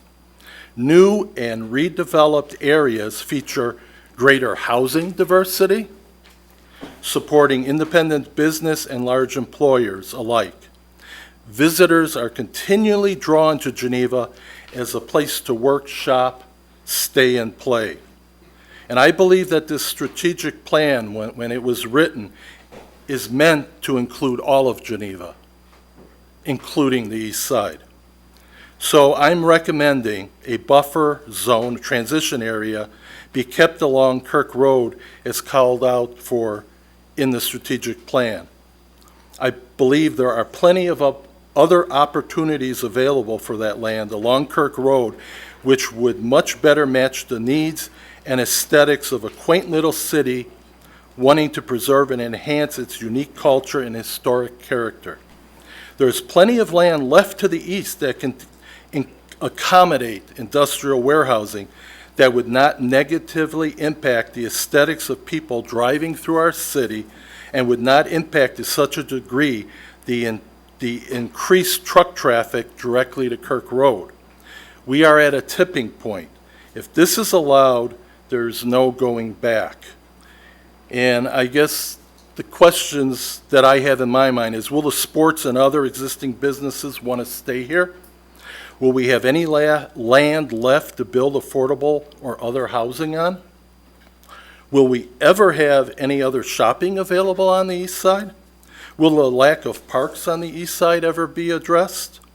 Have we given up on building onto the sports entertainment theme, something that fits in with the culture of the city, something we could all be proud of?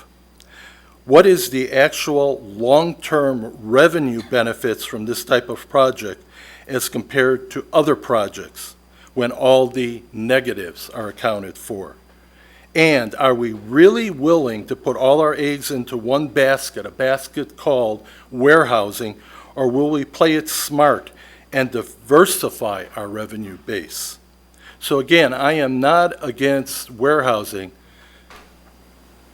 It's just that I do not think that this is the right place for it. I think that Kirk Road corridor, that there needs to be a buffer, a transition zone. So for all those reasons, I ask the commission again that the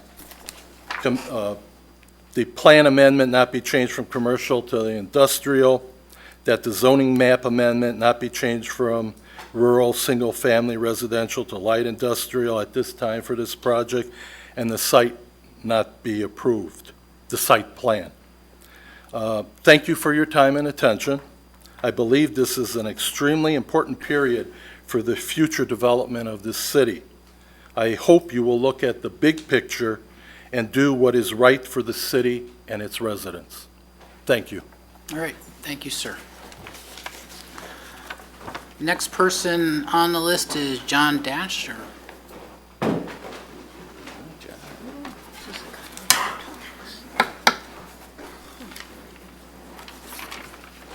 John Dashner, 733 Lexington Drive. I don't think I can follow that. The question I have, in looking at the case study that the applicant has provided us, looking at the traffic study, it is all based on 2022 data.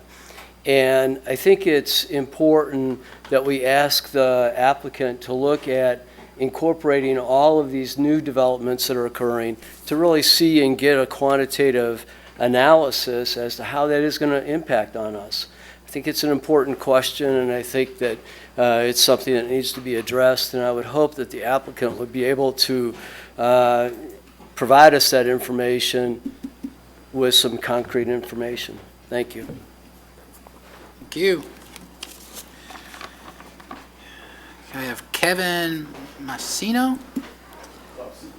God, I'm just bad today. Cannot get it done.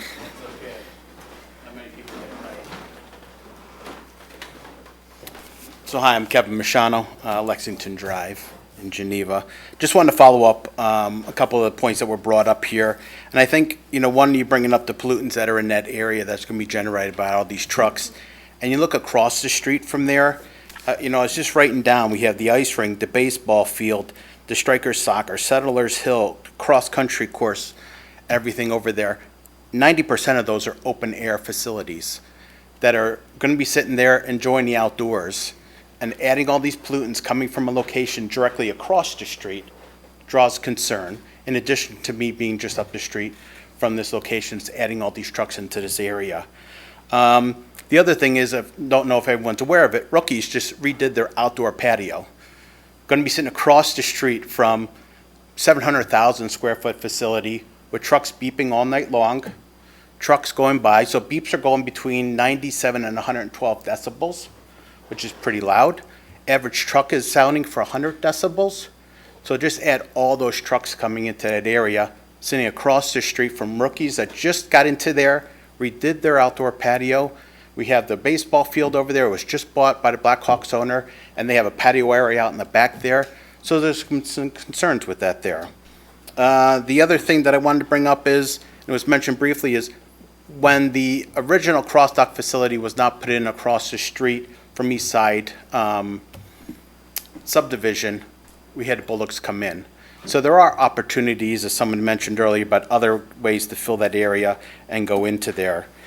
The other thing I haven't noticed was a sound study. Someone mentioned there is a house directly to the east of there, right about 25 to 50% along their building.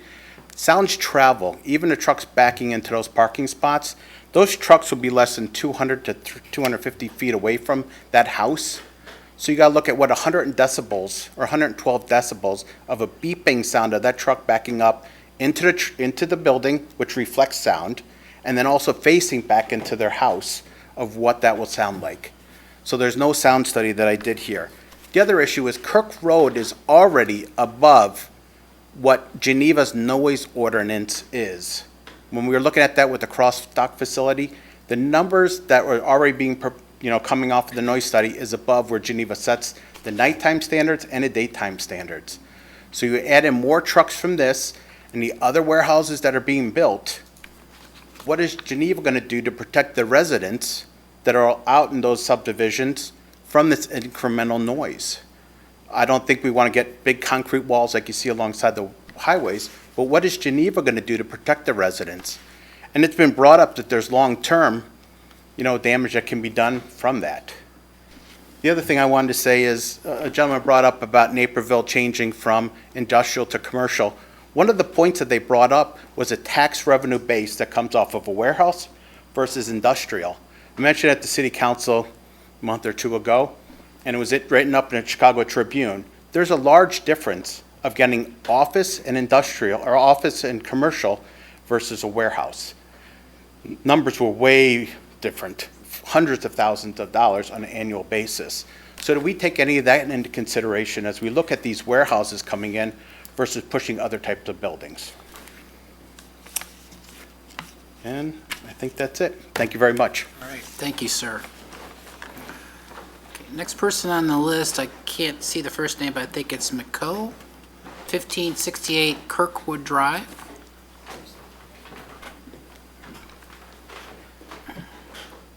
Thank you. It's Maureen McKeel, Okay. 1568 Kirkwood Drive.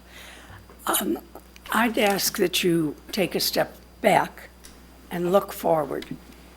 You have a lot of data. It's important, of course, and you'll consider it. But I think there's other ways of knowing, too. And I'm going to ask you to tap into that as you make your decision. And by that, I mean a step away from the data and a step way forward to your legacy in Geneva. Do you want to be the people that put this warehouse where it's going to be? Do you want to take your great-grandchildren and say, I was responsible for that? And I don't say that in a derogatory sense. We need warehouses, of course. But if you've taken a look at some of the warehouses that have been built now with us, they are not the kind of property, they are not the kind of architecture that you want to have around. They're necessary, but they're boxes with slits for windows. That's what they are. I think we can do better than that. I think it's been mentioned that with the right part of recruitment and things like that, we can do better. And we should do better. We should not accept that. And we also can do better in keeping open space. We are in a different era. I know some of the sites, some of the studies cited were from 2020, which is fairly recent. But what have we seen in the past 3 years in terms of climate and things of that sort? We need to be rethinking our procedures and our ordinances in terms of the reality of what we're living with now. I'd also like to mention that I was a member of the Housing Task Force, and the sites cited for where we could build affordable housing, as has been mentioned, are few and far between in Geneva, and most of them are so small that it is not cost effective for somebody to develop affordable housing on them. Now think of who will work in these warehouses. Will they be able to live in Geneva? Not if we don't build some affordable housing. And when you cite what a developer looks for, it's ignoring that some of the developers of affordable housing are foundations and nonprofits. And so they're willing to do some things and work with the city to do some things, as is what happened with Emma's Landing. So to sacrifice the only site in Geneva that is sizable, that has potential for affordable housing, is to sacrifice something huge. Don't give it up lightly, please. We need to work more for that. And when we say affordable housing, we're talking about housing for teachers and librarians and people who work in healthcare and things like that. Those people can't afford to live in our community now. And that's a very important factor if you want a diverse community of some sort and if you want to attract people to it. And as far as transportation and affordable housing, there are ways to deal with that also. All of the problems cited can be dealt with. Plus, don't ignore the fact that there's some self-interest in what was cited in terms of affordable housing. So please take a step back and take a look forward to what your legacy is going to be. Thank you. All right, thank you. Okay, I have Dominic. Yep.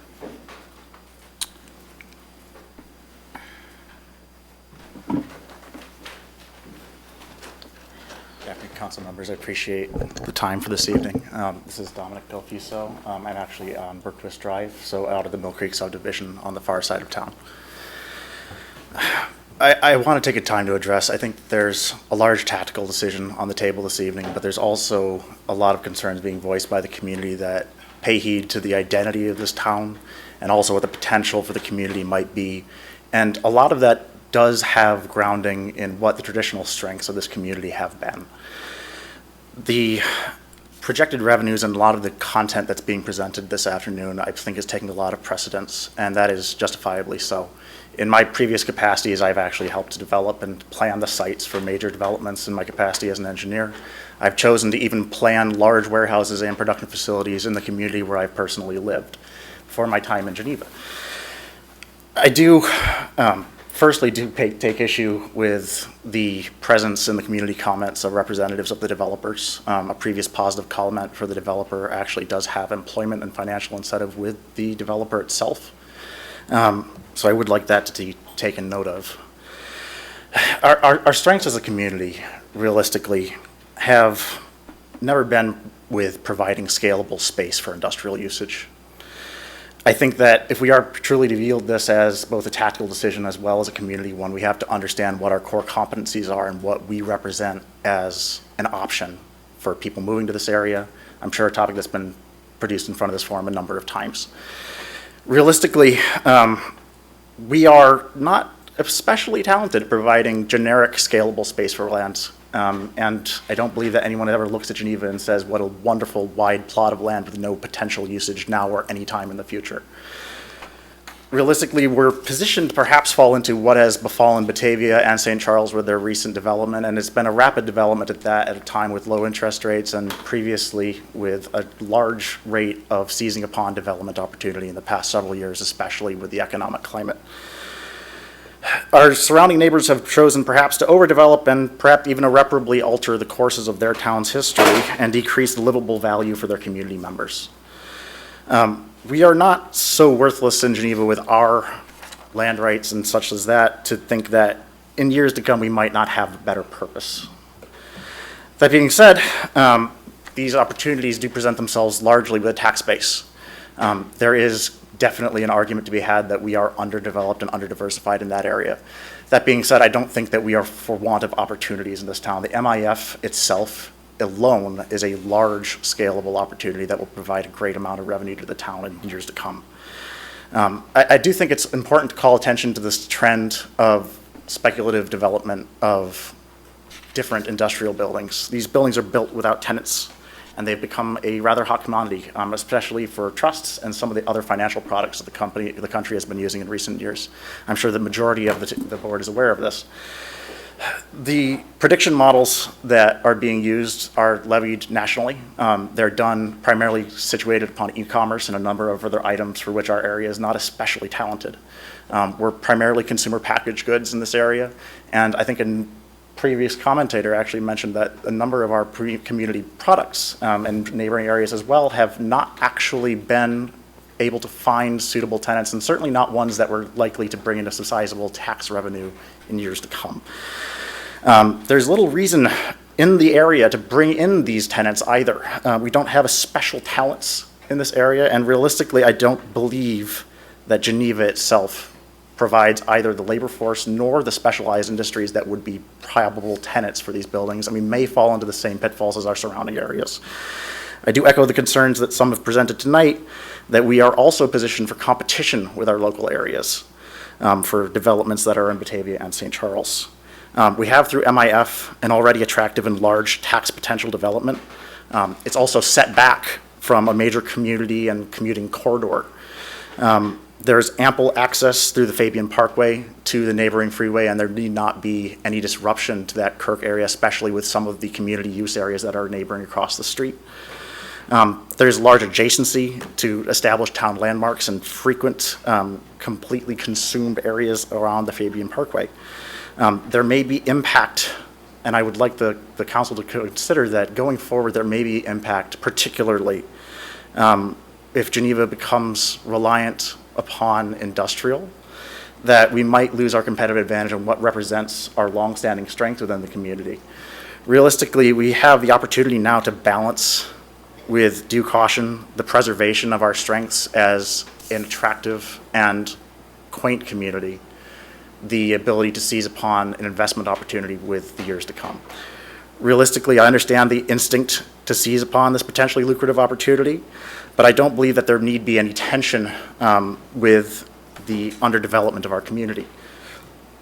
Realistically, we have planned projects that allow for ample amounts of tax revenue and have a comparatively massive project with MIF neighboring the site.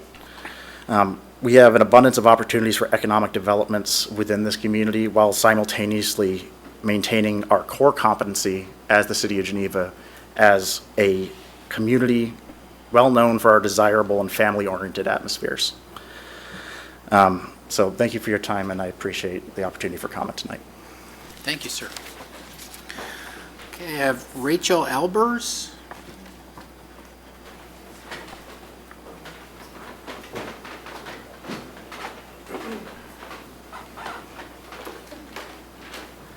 Hi, Rachel Albers. I live on Chandler Avenue, just maybe a block and a half from Kirk Road and just down the road from where this proposed development will take place. And I really appreciate your presentation, all the comments. I echo the sentiments of the majority of people who have spoken tonight, so I really won't repeat what they've already said.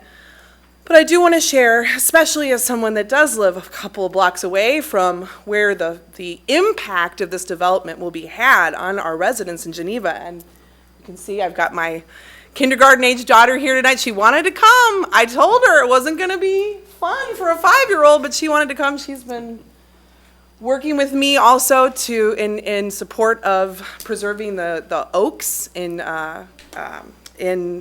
Geneva Township. She's excited about preserving the trees. I want to share that a previous resident spoke and talked about fear-mongering and facts. The fact is, there have been studies done across the nation about the impact of warehouses on communities like ours. And when warehouses go up, residents pay the price, but we don't reap the rewards. And we pay the price in terms of air pollution, light pollution, noise pollution, traffic, safety. And we already saw in one of the presentations tonight, residents of Geneva are paying the majority of the taxes. So why should we pay the price to our health, to our safety, to our property values, to our legacy, to our environmental heritage for little to no reward? Because the interest for the average resident of Geneva is menial, is meager, and probably very temporary compared to the long-term effects that this will have on, many have brought up the legacy, the heritage of this community, but also the environment, and not even just that. It's easy for us to be like, oh, the environment, right? Well, the environment is what keeps us alive, right? The planet dies, so do we. But there are very real impacts on health when it comes to the particulate matter that comes from diesel exhaust fumes, and we've just heard all of the facts about the amount. It's not what could happen, right? Fear-mongering of, oh, what might happen. No, it's what will happen and what has happened as more warehouses come into this area. Pollution from diesel trucks has been tied to health risks from low birth weights, to childhood asthma, to heart disease in adults. Particulate matter irritates the eyes, the nose, the throat, the lungs. It contributes to respiratory and cardiovascular illnesses and premature death. And though everyone here tonight will be breathing in this particulate matter, and it will have an impact on all of our health, whether we live a couple blocks away or you live in Mill Creek, it's still going to have an impact. But the folks who are most susceptible to this pollution are children and the elderly, and individuals with pre-existing respiratory conditions. Now, multiple people have already cited the establishments that are across the street from this proposed development. Strikers, these are, soccer clubs for children as young as 3 or 4 years old. Going to be literally breathing in this particulate matter, and it's not miles away, it is across the street. I bring my daughter to the Fox Valley Ice Rink to take her ice skating classes. She will be breathing this in. All the folks sitting at Rookie's Bar outside trying to enjoy just a nice evening in Geneva, they're going to be breathing this in. And this isn't speculative. This particulate matter does have an impact on health, not just short-term, but long-term. You can't put a price on that. And as many people have already cited, we have commercial and projects that are providing many of the benefits that the Venture Park project supposes that it will bring to us. We know that when warehouses go up, there are health impacts. There's excess truck traffic that affects safety. I don't know how many meetings I've been to where I've listened to concerned parents and teachers speak up about how terrified they are of having their kids ride their bikes to school or, because of all of the increased traffic in this area. This proposed project is not going to mitigate that. It's going to increase that risk. And the amount of times I've seen moms and dads be near tears in some meetings, talking about how terrified they are of another accident happening that could cost their child their life. So we know about the health impacts, we know about the environmental impacts, we know about the pollution, the traffic, all of that. I do also want to posit that, warehouse development is not light industrial.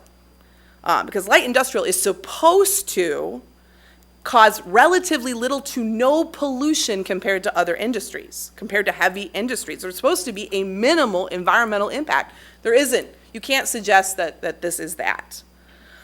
I finally would like to just put on the record here, because I find it important that so far tonight, I think I'm the last person on the list, there's only been one resident who has spoken up in support of this development.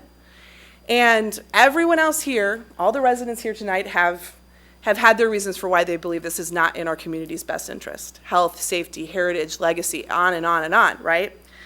The resident that did speak up in support of this project omitted the fact that he is a real estate broker that represents Venture One.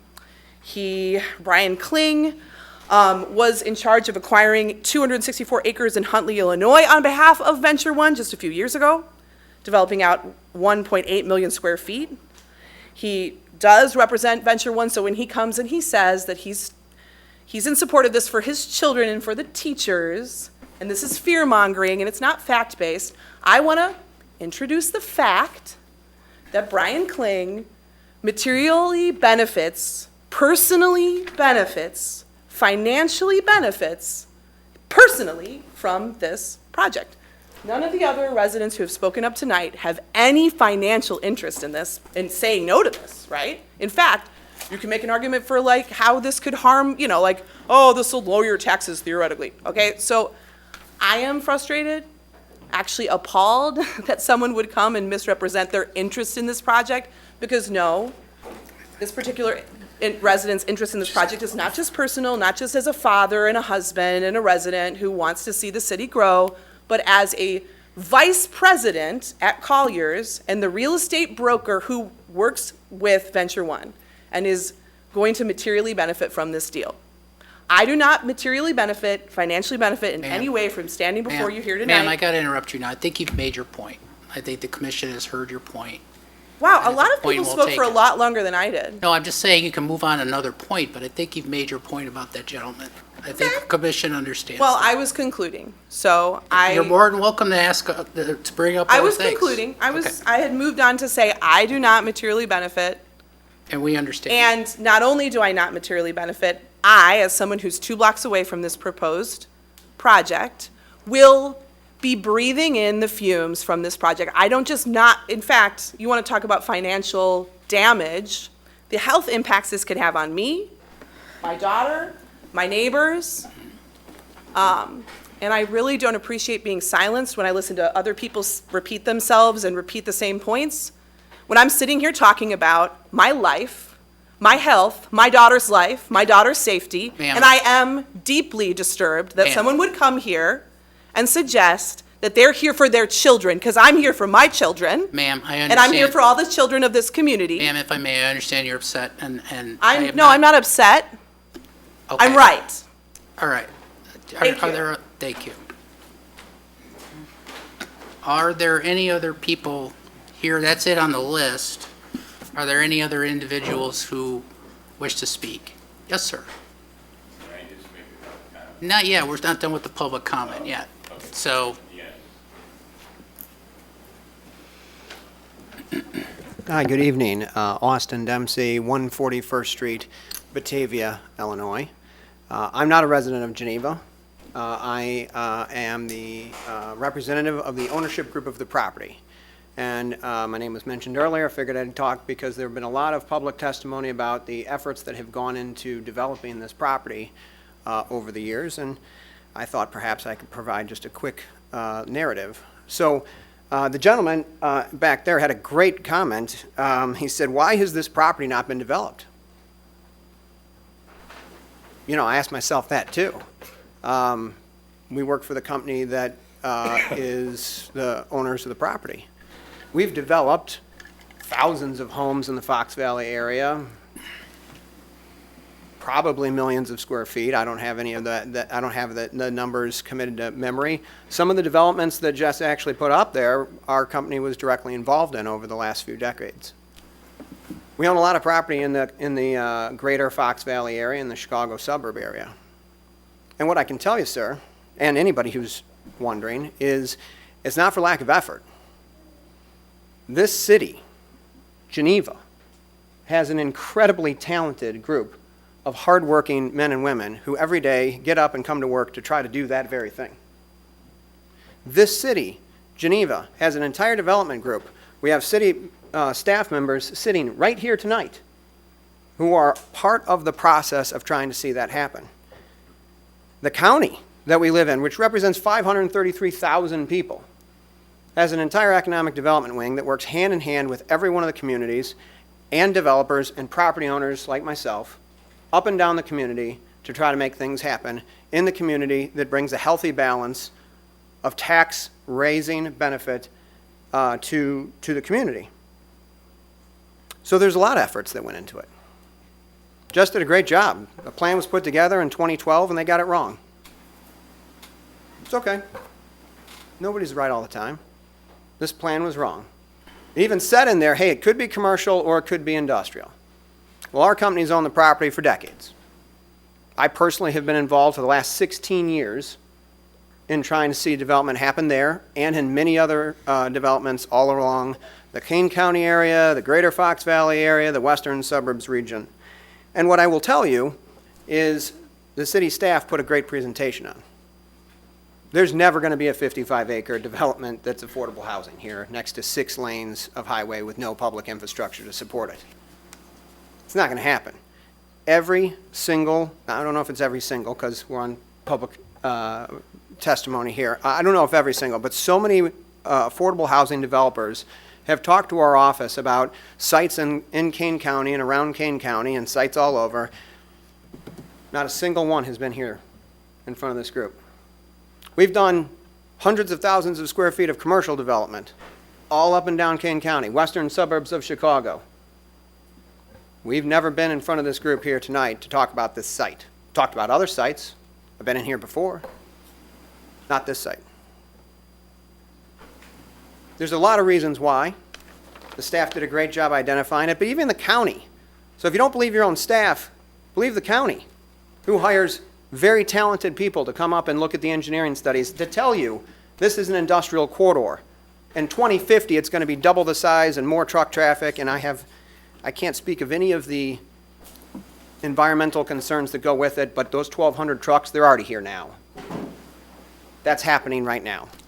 The people sitting outside of Rookies right now have trucks that are, someone earlier mentioned, and I'm not sure if it's true, more road noise than what Geneva allows. That's already here. But what I can tell you is 77% of the tax base of this community rests on the backs of the hardworking residents that call Geneva their home. 4.39% of that tax base rests on industrial. Now, our company works with a lot of people who own properties in Geneva. The average real estate tax increase in our assessed values this particular run was they averaged between 7.62% and 30% for our Geneva properties that we represent. 30% assessed value increases, which is going to translate to tax increases. 30%. 7.62 was the lowest. Now, that's the commercial community that doesn't get a lot of attention here. Those awesome shops on 3rd Street, the things that we call Geneva, that are so unique to Geneva, they have to pay taxes. They have to pay for the police, the fire, the infrastructure, the city staff who's working diligently to try to make something happen in the community, for this building, for everybody. That's happening already in this community. And if we want to try to protect those things that we do call integral to the fabric of Geneva, to the fabric of Kane County, you're the heart of Kane County, right here in the middle of Kane County. Industrial is a viable way to do it. That industrial base doesn't put another kid in the school, doesn't put strain on parks or libraries. That industrial tax base is a critical building block and a component that many other communities around here are embracing, and they're looking at. And sir, to your comment, which was a great comment, why has it not been developed? It's because there has not been a development as good as this that has come before Geneva on that site yet. Thank you. All right, thank you, sir. Any other individuals in the audience who wish to speak on this matter? Yes, ma'am. I'm the other half of Angela and Haley. I didn't talk earlier, so. Oh, come forward, please get, you have to, Hi, I don't speak publicly very often, so I apologize if I seem slightly incoherent. just state your name again, please. Haley Gelfuso. Okay. Thank you. So there's been a lot of talk right now about potential impacts, environmental impacts, speculative impacts of what an industrial building or industrial site like this might do. But I actually just wanted to talk about what did happen and what has happened in the past to the area that I grew up in. So I've only been a resident of this area for about 5 years now, much less time than anyone else here. I'm originally from Southern Ohio, also known locally and globally as the Rust Belt of the United States, as heroin country, or just generally known as a place where nobody wants to live. And part of the big reason for that is because there were a lot of projects when I was growing up that went up just like this. Big industrial buildings, manufacturing spaces, etc., that came in, went up. Some of them remained vacant, some of them didn't. But either way, the place where I am from is now dirty, it's noisy, it's not somewhere that anybody wants to come. Property values went down, and I don't just mean gradually down. In some cases, they actually plummeted pretty dramatically. And I'm not saying that is necessarily what would happen here. I'm just saying that it is what I've seen happen in my own personal experience. And then lastly, there's a lot of talk, and I'm going to play the environmental card real quick and then I'll get on out. But there's a lot of talk about this being like vacant land or undeveloped land, or, you know, like there's nothing there, but that doesn't necessarily mean that it's empty. And there is a lot of inherent value in having green spaces, in having open spaces, both environmentally speaking and just from a aesthetic look of the town perspective. And that's not to say like we shouldn't put something there eventually. I think it just needs to be the right thing. And I don't think that we can completely disregard what is the inherent value of having, you know, diverse natural areas in the surrounding space of our town. That's all. All right, thank you very much. Okay, anyone else wish to speak at this point? Anyone? Okay, we'll hear from the applicant. If you wish to speak, and this is your opportunity. I'm still Mark Good. Okay, so I want to address, there was a lot of things said, and I want to address several of them because we took them into account. Venture One in the last 7 years has developed about 15 million square feet of industrial space throughout the Chicago area, bringing thousands and thousands of jobs to communities as well as revenue, from Huntley to University Park to Rockford and to other areas. Usually we're received pretty well in those areas because we bring jobs, etc. But we thought about all these things at this site that were discussed. On Kirk Road, which will be a major thoroughfare, we did do a traffic study. Kane County required it. 80% of all of our trucks will turn left out of our site and go south to I-88. This building, because of its size of 700,000 square feet, the company that might come here would be like a company like we've done business with, like a 3M or a Scott's Miracle Grow, that is a warehouse. They're warehousing, and their trucks are coming and going. Industrial buildings have trucks. You can't get away from that. However, this location and the size we're doing, this building will service a 1 or 2 or 3 or 4 state area. It's not just going to service St. Charles and the Fox River Valley.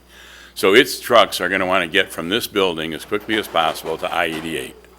So when they leave this building and turn left, for about 500 feet or 1,000 feet, they will be in Geneva. After that, they will be in Batavia, and then they'll be down to Aurora, and they'll get on I-88, and they'll go wherever they go. A small minority of them, in our traffic study says about 20% of all the traffic, employees and trucks, will turn right on Kirk Road and go north. Okay? So the great majority of the traffic coming from this site will not be in Geneva more than a few minutes, unless they, even if they catch a red light at that corner. Okay, so we tried to. That's why we like this site. It's close to the highway, and we like the fact that it's on a major road. So so the traffic can move and they don't sit in traffic and wait for red lights and just sit in a line of 50 cars. Kirk Road will move quickly. These trucks will get out of your town very, very quickly, okay?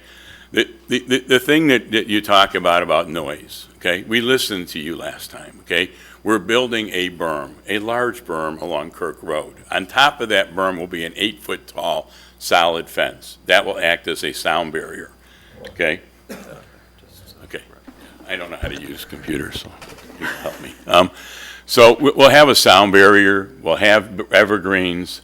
When you look at the sight line, you won't see any trucks in our truck court on the Kirk Road side. Why? Because we're building a big berm and we're putting an actual solid fence up. So that berm and that solid fence, and we're happy to do a sound study. We've done them a lot. But the reality is that will help mitigate any sound coming to Kirk Road, okay? And because most of the buildings we build are over 500,000 square feet, they're not small buildings, we understand how to plan these types of buildings to fit into a community and fit in well. We're very proud of what we do, okay? We have landscaping on this side of the building. We focused on Kirk Road. We focused on the berm. We focused on trying to get a visual that will be appropriate for Kirk Road. If you go up Kirk Road in St. Charles, you got industrial there. If you go south, you got Fermi Lab, and you got commercial. We will have more landscaping here than any retail center that you have along Kirk Road. Okay, I think that's appropriately designed to do that. The other thing I'd like to discuss is the benefits. Industrial is normally welcome in the community, especially when a community doesn't have a good tax base for industrial. We don't use fire. We don't use your police. We don't have children going to your school systems.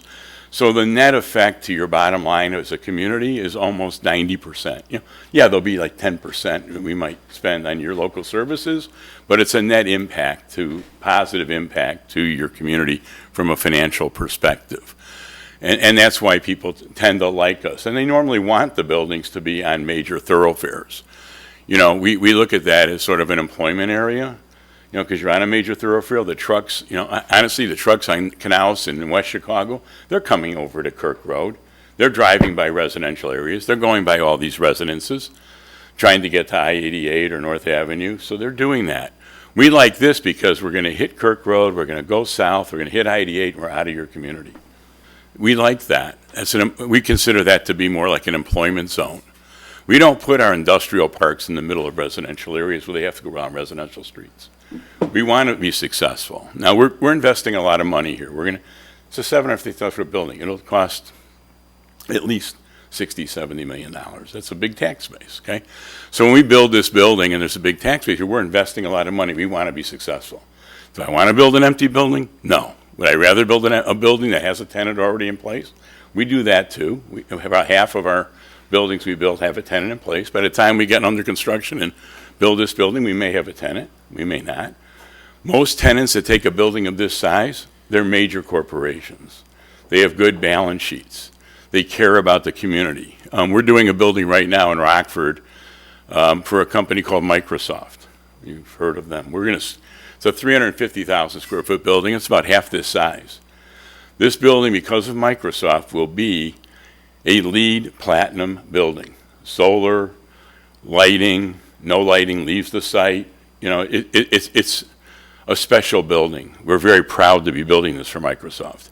We just got a report today that says in the entire country, of all the buildings that have LEED status, the ones that will be classified as a warehouse distribution, there's only 2 in the entire country that have LEED Platinum. We'll be the 3rd. Now that's in the entire country. We're proud of that. We're proud of the buildings that we build that bring hopefully you'll look at this when we're done and say this is the right thing for this location because of who we are. Another developer can stand here and tell you they'll do something and it won't be very nice, maybe. We are proud of what we do. We'd be happy to take you to our building, show you what we've done, show you how we landscaped them and built them, but we want to be part of a community. We've owned buildings in St. Charles. I built a building in St. Charles for the Ruckels right there that they wanted. That was a build-to-suit right up on Kirk Road. So we've been in the community for a while, and we want to be proud of what we do. So we're happy to take any of the hard questions, but I think in our planning and the way we've looked at this is that we've taken into account this location from the point of view of trucks coming and going. Again, 80% of them will go south. Very few of them will go north through your community. And the same thing from the employee traffic. You know, we may get people here from the community working in this building. The warehouses of today are nowhere like the warehouses from southern Ohio or the middle of Pittsburgh or the south side of Chicago where I grew up. They're not like that. They're very, very well-paying jobs. Most people are operating computers in them. All the equipment is computerized. So they're very high-paying, well-paying jobs. And hopefully people from your community will work here. If not, it will be people into the community that do have well-paying jobs that hopefully will shop and find out that maybe Geneva is a good place to live. So we really hope that you consider this opportunity for your community. We're looking forward to it and want to be a good citizen and community supporter here in Geneva. Thank you. Thank you. Question for the chair. Since public comment wasn't closed? No, you can't rebut that, no. Pardon me? No, you can't rebut that per the rules. I had a question. She was open for questions.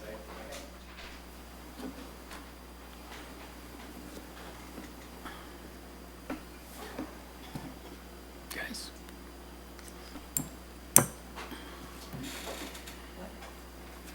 What do you, any questions from you guys? Any questions?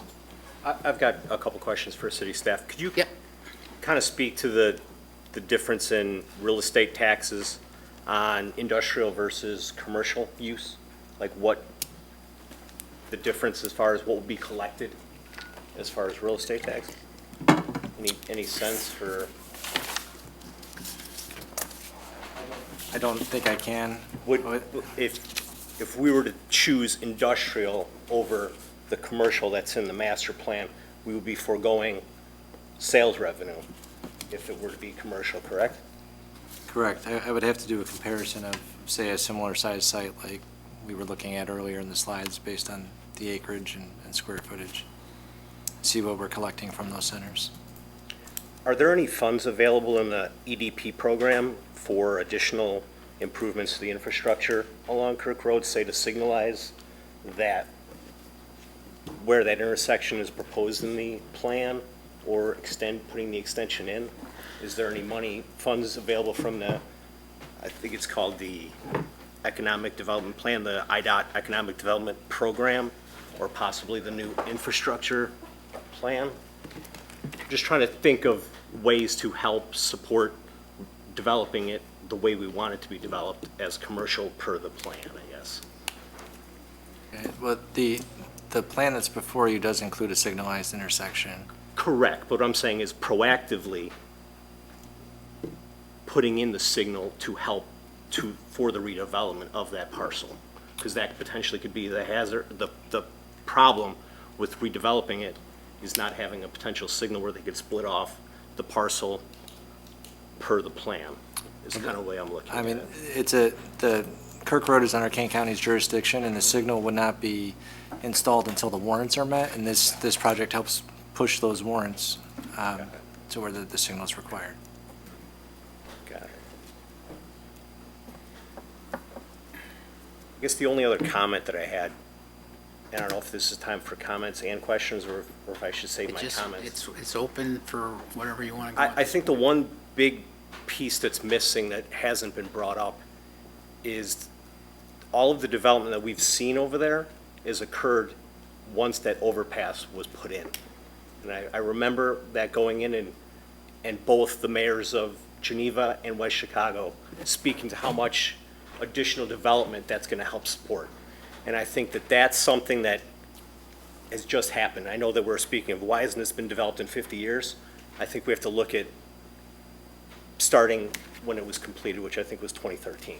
So that's just my comment about That's a good that. point. I mean, you're right. In many ways, that's when things really started moving on in the area. Even in West Chicago, it was kind of dormant until that happened.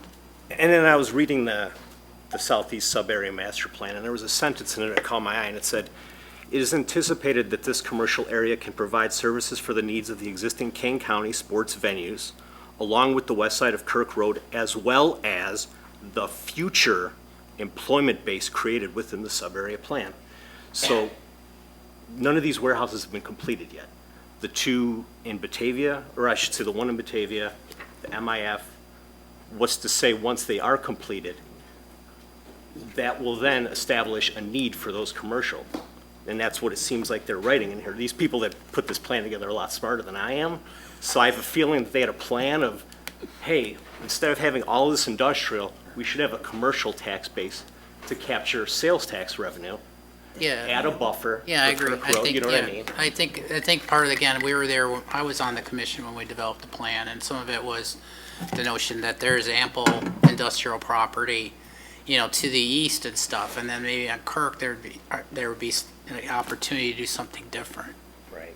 And so that's kind of why it went that way. Plus, there was existing commercial in the vicinity, so it's like, and then, again, the Sutter Hills, it was, she did a great job. She basically walked through all the things that were involved in the process. But that's kind of how from what I remember from when the plan was developed, that's how that was being pieced together. Was that we're providing, we're going to put that bridge in, we're going to tie it into Fabian. It opens that up for industrial, and then we got a commercial corridor.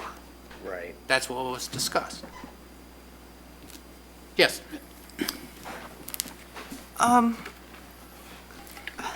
The recreational and entertainment stuff on the west side of Kirk Road was what was anticipated to be one of the major drivers for the eventual development of this commercial area. And that development, while it has occurred to some degree, hasn't been completed to the extent that it was envisioned in that plan. What efforts have been made on the part of the city to see that property, those properties built out? Who controls those properties, and are there resources on the part of the city that could be brought to bear to strengthen that driver? I mean, if you put that together, you actually developed all of that recreational stuff over there on the west side that was anticipated, plus this warehouse stuff, then this parcel, as Adam was saying, there may be demand for it to be used differently than as warehousing.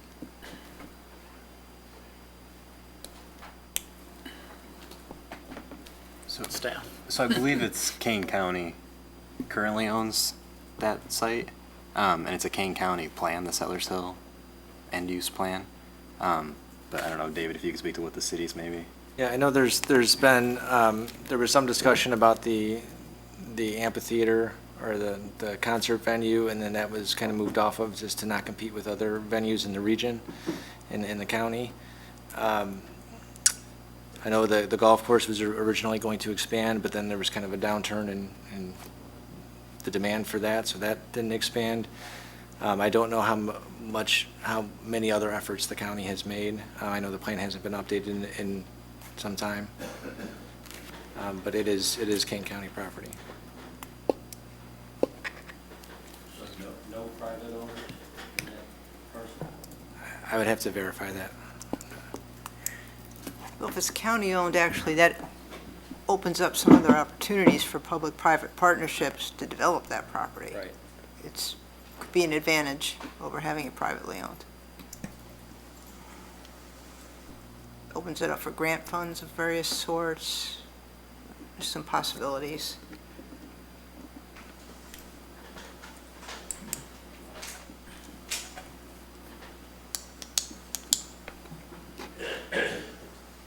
What's the status of the MIF project right now? Could you update me on that? It's under review. The city has issued review comments for their first submittal, and we're awaiting a second submittal. So, looking ahead, I was kind of thinking out loud here. When that comes forward, assuming it does, if we have approved this, will that have an impact on our feeling about that project and improving that large parcel? And if it will, then do we have a preference if we don't want to do all of it?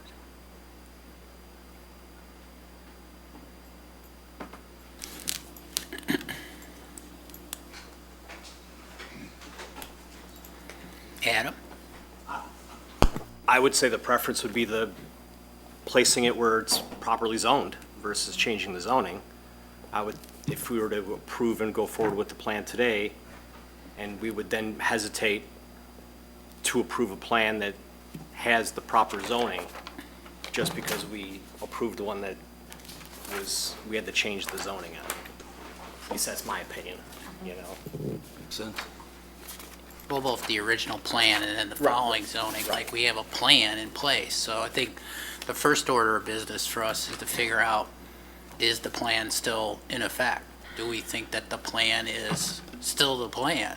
I definitely That's think it really the needs an first thing we update. gotta talk I mean, after about. 10 years, I think It's an real old estate plan. changes, you know, obviously it's a 10-year Yeah. cycle. We're going off where we were last time. Yeah, Who's that guy? yeah. City attorney.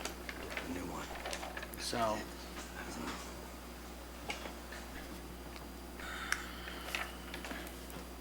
Issues about this side.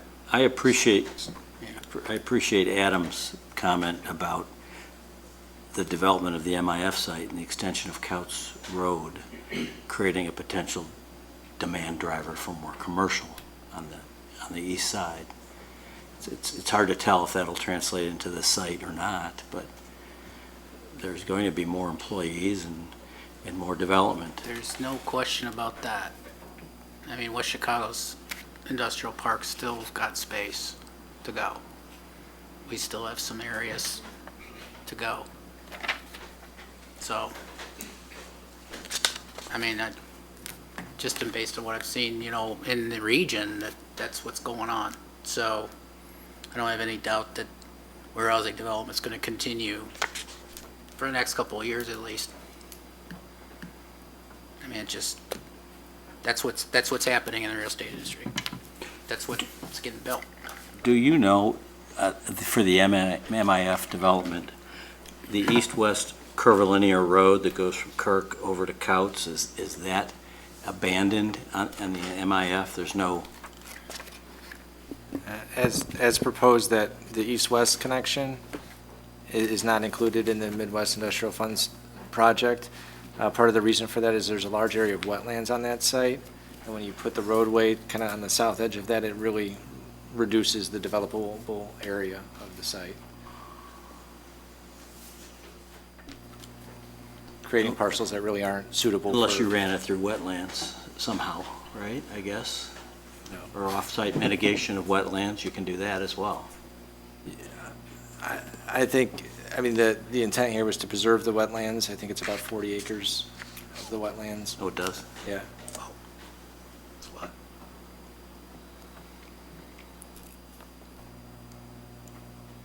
Michael? Excuse me.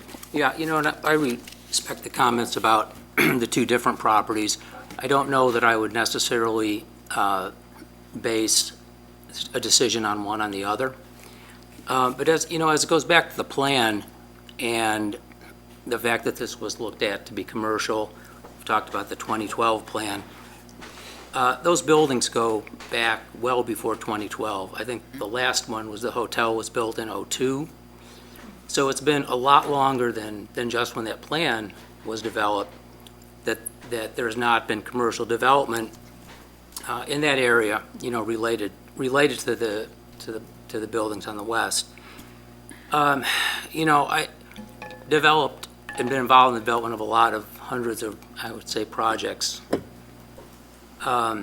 industrial, commercial, as well as manufacturing. And when you look at this site now, myself, and look at its viability for commercial,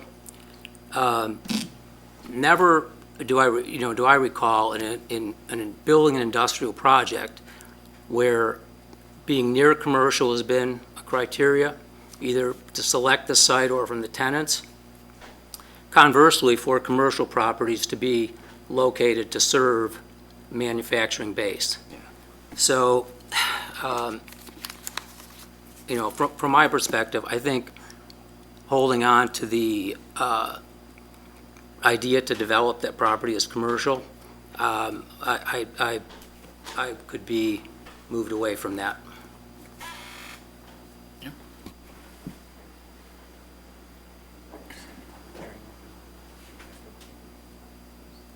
Yeah, I mean, if we don't have any questions, we can close the hearing if the commission feel that's appropriate, because we are kind of getting into, Deliberation. yes, deliberation. So if you feel we have enough in the record that there doesn't need to be anything added.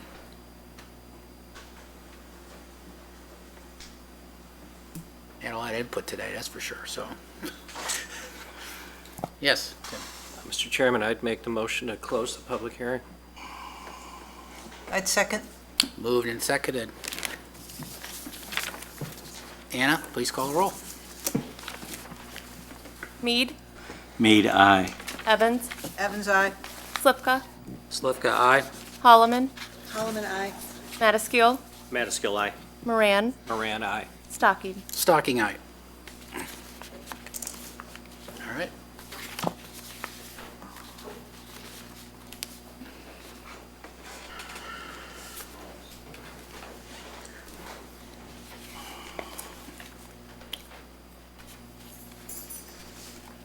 Tim? My opinion hasn't really changed since the last meeting, but I will qualify it by saying that staff's information has basically clarified for me that the day of this being a commercial spot is probably over. My concern was, and continues to be, the size of this building. In the last year and a half, we approved 1.2 million square feet of building, each one of those roughly 250,000 square feet. The one in the industrial park being 4 buildings, each 250,000 square feet, 2 of which aren't even going to be built unless the demand is proven to exist. And what we're seeing now is a bit of a reversal in the warehousing industry. Last time I was here, I quoted from a recent Cranes article indicating that vacancy rates are inching up in these properties, absorption rates are inching down. Are they dramatic changes? No, but I think they're significant, particularly since this is going to be the biggest thing that we will have allowed, particularly since this is the entranceway to Geneva. And my concern is that a building of this size, if it does not get filled, is going to sit there as a white elephant. Industrial buildings do generate tax dollars, but that's if they're occupied. If they're not occupied, assessment officials often grant them temporary relief, but relief nonetheless. And so while 4 buildings can stop, if there's no additional need for the other 2, once this is up, it's there. And there's nothing we can do about it. And this entire 55-acre site is now taken out of useful purpose. That is my issue with this proposal. It's not the zoning. I think staff has done a good job and convinced me that our hopeful expectation that this could be hotels or shopping centers probably no longer realistic. But this particular proposal, I'm troubled by. Mr. Chairman, the site, that's not a factor. Whether or not the site's viable isn't a factor. It's not. So,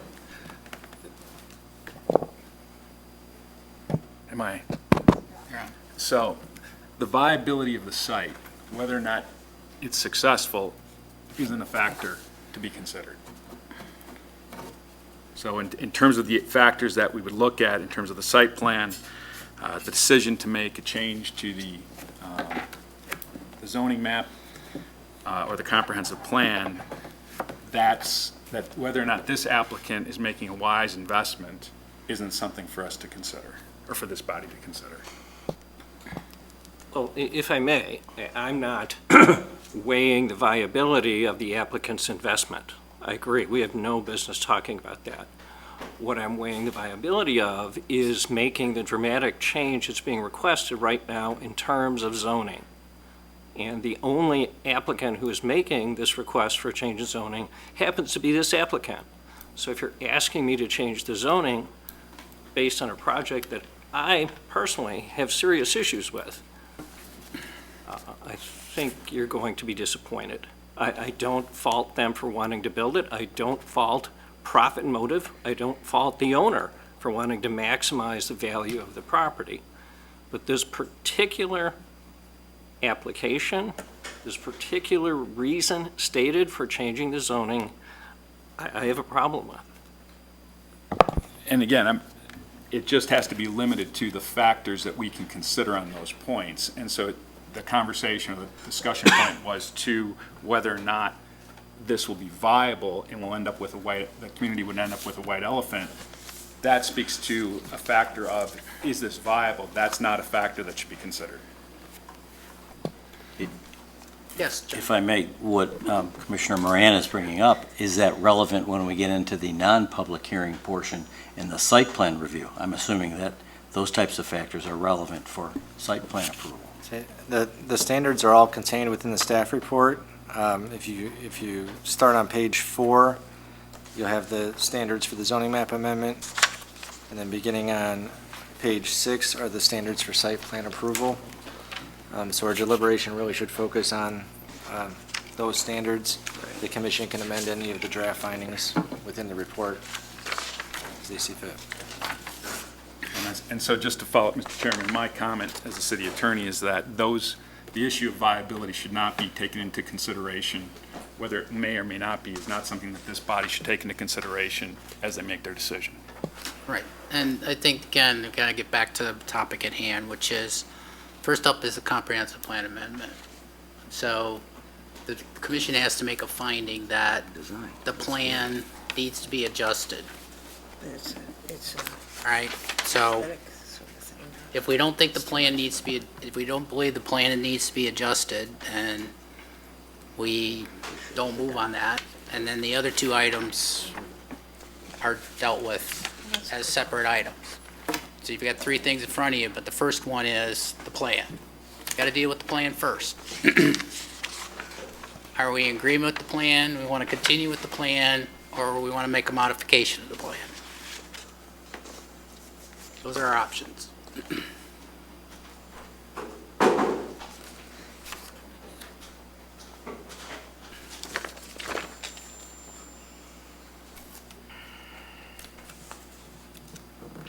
Yes, Rebecca. I think I have a question. So if we say that we don't think, if we say we think there should be an amendment to the plan, then we're making the new plan? Or amending. Is that? I can answer that question. You would be recommending a change to the Southeast Master Plan to change the designation of commercial to industrial. So that recommendation would be forwarded to the city council, and if that passes, the plan is changed to show this as industrial for future land use. Okay. I just didn't.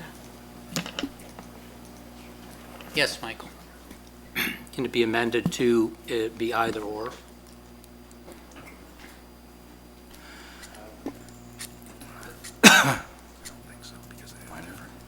I guess we kind of have a component of that in the plan now with some of the language that was shared earlier.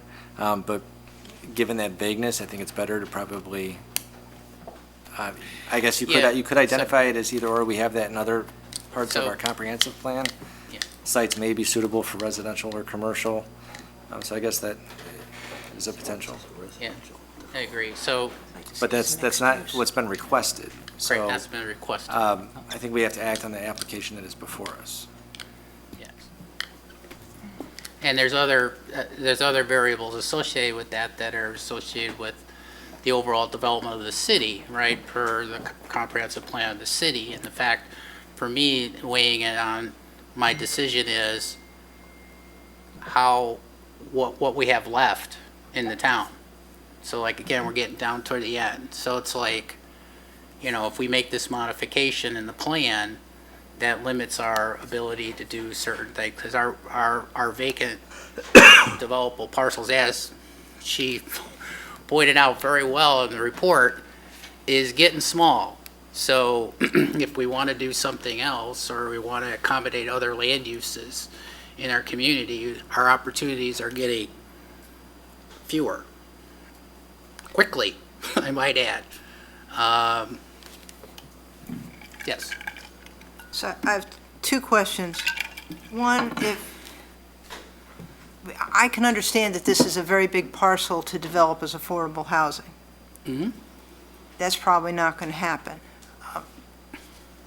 So consider the option that it would be a mixed-use site that might have some commercial and might have some residential, maybe even has a component of industrial of some sort in some part of it. How do we handle that as kind of a change with regard to the plan? Or are you saying all we can do is vote up or down on industrial, but we can't do anything that gives more flexibility to the site? That's a second step. So the first thing we have to decide is like, is this proposed change warranted? And we want to go with that.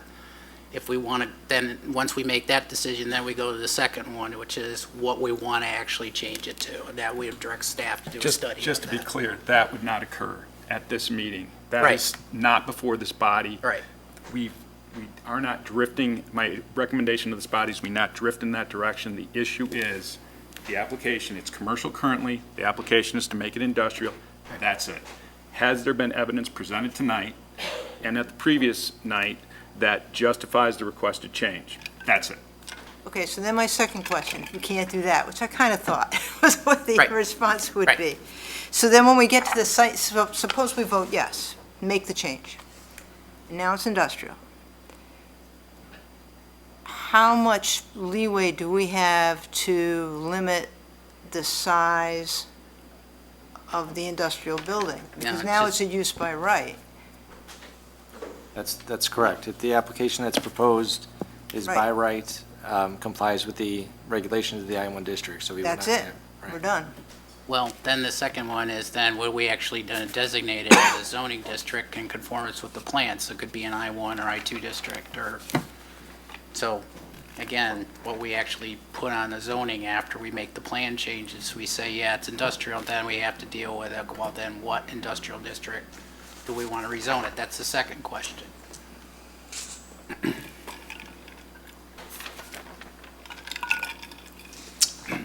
Question. Yes. Is that the question, or do we have to follow in the second item what they requested to be zoned to? Before us is what they requested.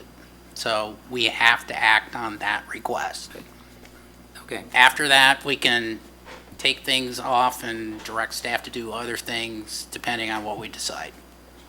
But right now, it's like, yay or nay, is this an industrial change in the plan, from commercial to industrial?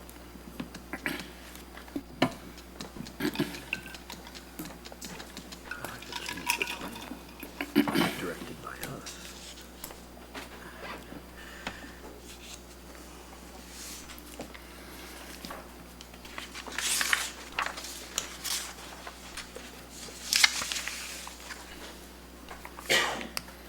Well, I'm confused now, because here it's asking for a specific industrial classification, but then you were said just a minute ago that it would be up to us to decide which industrial classification. Tonight, excuse me, sorry. Tonight, the application is requesting the I-1 zoning district. That is what the commission is charged with voting on this evening. If there's direction, if that is voted down and there's direction to consider other zoning districts, that would occur at another time, not tonight. Okay. Yes. Question, if we voted down the zoning map amendment and the comprehensive plan change, we'd still go through the site plan review because the city council could decide not to take our recommendation and approve those. So we have to complete all three components this evening. That's correct. We would need three motions this evening. Right. One on the comp plan, one on the zoning request, and one on the site plan approval, Correct. all of which are recommendations. I would note that if the comprehensive plan is not successful, one of the standards for the zoning request is that it's consistent with the comprehensive plan. So we would have to find, should be consistent, I should say, in our voting. Yes. One item to the next. Or a caveat, should the city council change the comprehensive plan, we recommend this as far as site plan review. Is that what you're saying? I guess I was. You're making an assumption that the site plan is in a reviewable state, meaning it complies with zoning and comprehensive plan. I guess I was focusing more on the first two items because of the standards attached to the site, or the zoning map amendment. You have to find that it's consistent with the comprehensive plan. So the comprehensive plan is not changed, the zoning request should fail as well. I agree. And then you could recommend site plan approval, I guess, yes, if the council were to consider the comp plan change in There the would zoning be a request, caveat or you would recommend approval. an assumption, right.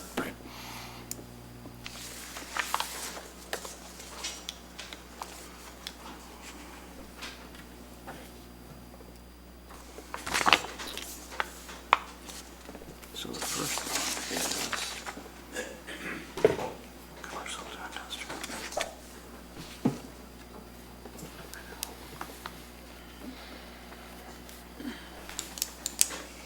I don't think we'll be unanimous tonight.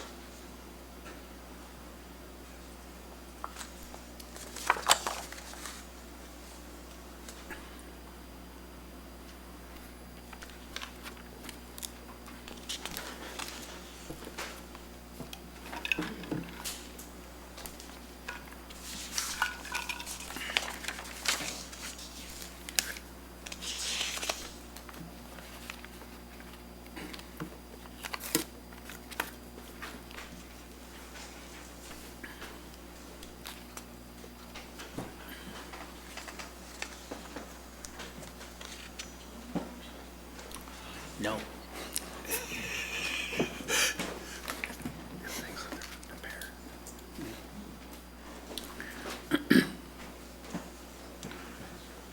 Are we ready now? What do you think?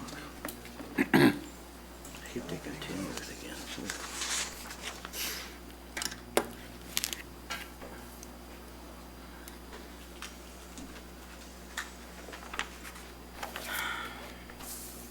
Yes, Michael. So I think we're still at the point of the first subject, right? First subject is up. We have to deal with the I guess comprehensive any, but- plan question, yes. You know, whether we should change from the comprehensive plan to commercial, or from commercial industrial. You know, one of the other things that was mentioned as a concern a lot was traffic. And as it relates to this particular plan, I think there were, between trailers and cars, about 700 stalls at the facility. And again, not saying this would happen, but if it were to be built out as it could be, to let's say a shopping center, consistent with the size of something like the Commons, you would have at least double, if not more, the amount of parking on that site. Additionally, those types of facilities are more fluid, so there are more turns of the vehicles, right? For example, I think warehouses are looked at anywhere between maybe 0.2 and 1 trip per peak hour. And when you look at things like shopping centers, they're closer to 4, supermarkets 9, restaurants, depending on the type, can be significant. So I think the reliance on traffic as an issue in changing to industrial can be as much of a challenge, if not more, if it was kept as a commercial site. So.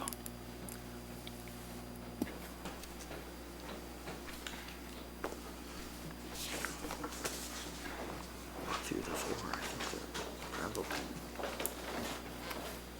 probably meets it.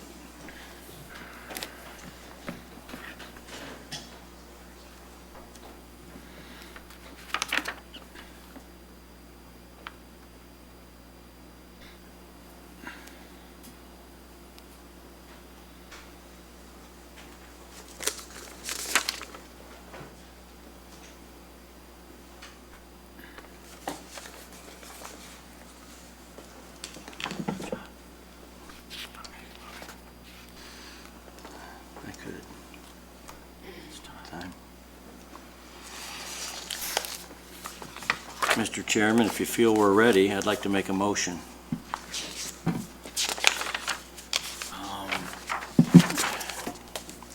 Mr. Chairman, I'd like to make a motion for a change in the comprehensive plan amendment from commercial to industrial for the site generally located east of Kirk Road between Old Kirk Road and Fabian Parkway, subject to the findings of fact contained in the staff report and as amended for tonight's subsequent report and staff presentation.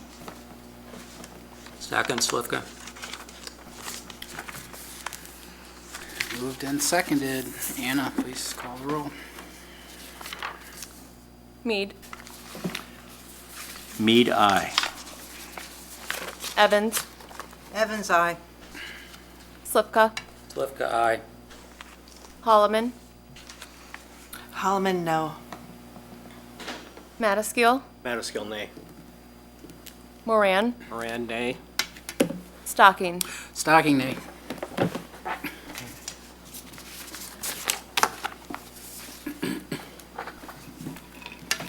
Mr. Chairman, I'd like to make a motion.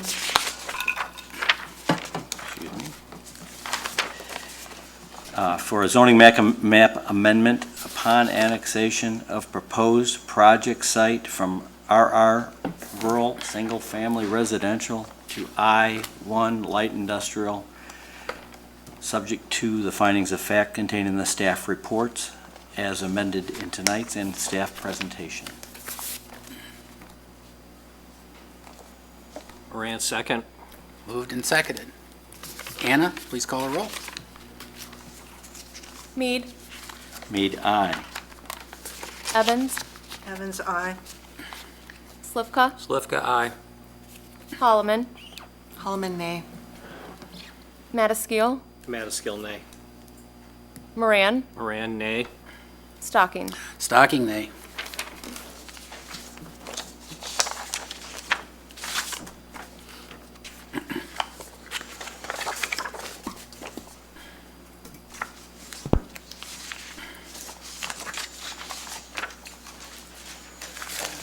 I want to move on to the 6A. Number 6A. So 6A is the next item.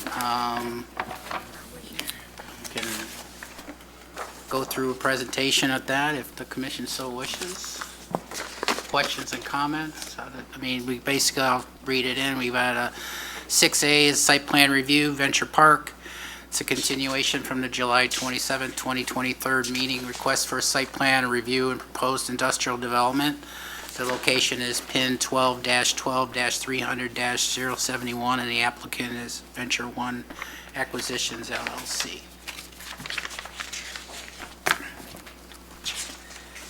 I think at this stage, we would probably, you guys want to do a presentation, you want to ask questions, or you want to proceed? We got, this one's a little different than typical, but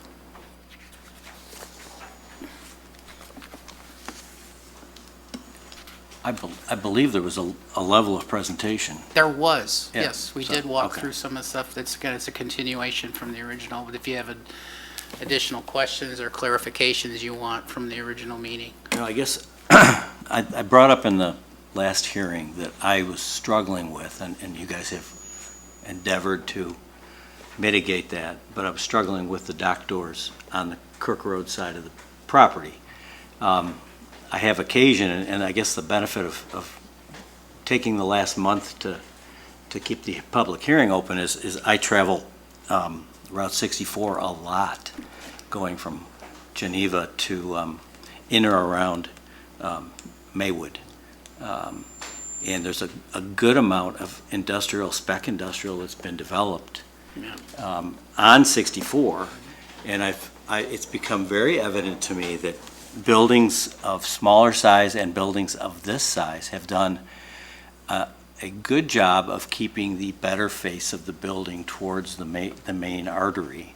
I believe that this property is set up to be divisible potentially into 4 tenants with offices at the 4 corners. What I've seen done for buildings that appear to be in the 600,000 to 800,000 square foot range is that the office locations on the spec buildings have been at the corners and then 2 adjacent to each other so that the tenancies, the building would be divisible into 4 pretty much equal spaces, which has the benefit for the community and the residents and the neighbors of having the pretty part of the building, the car parking, the landscaping, the office entrances being towards the main road with the docks on the sides and the docks in the back. That would be much more He's palatable. asking you a question. Yes, sir, please come forward. Much more palatable in my mind, but I don't sense anything's been done here to address that.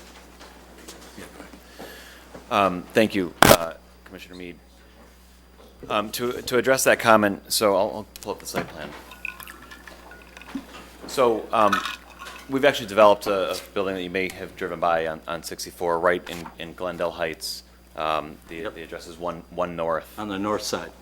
Just on the south side. South side, actually. okay.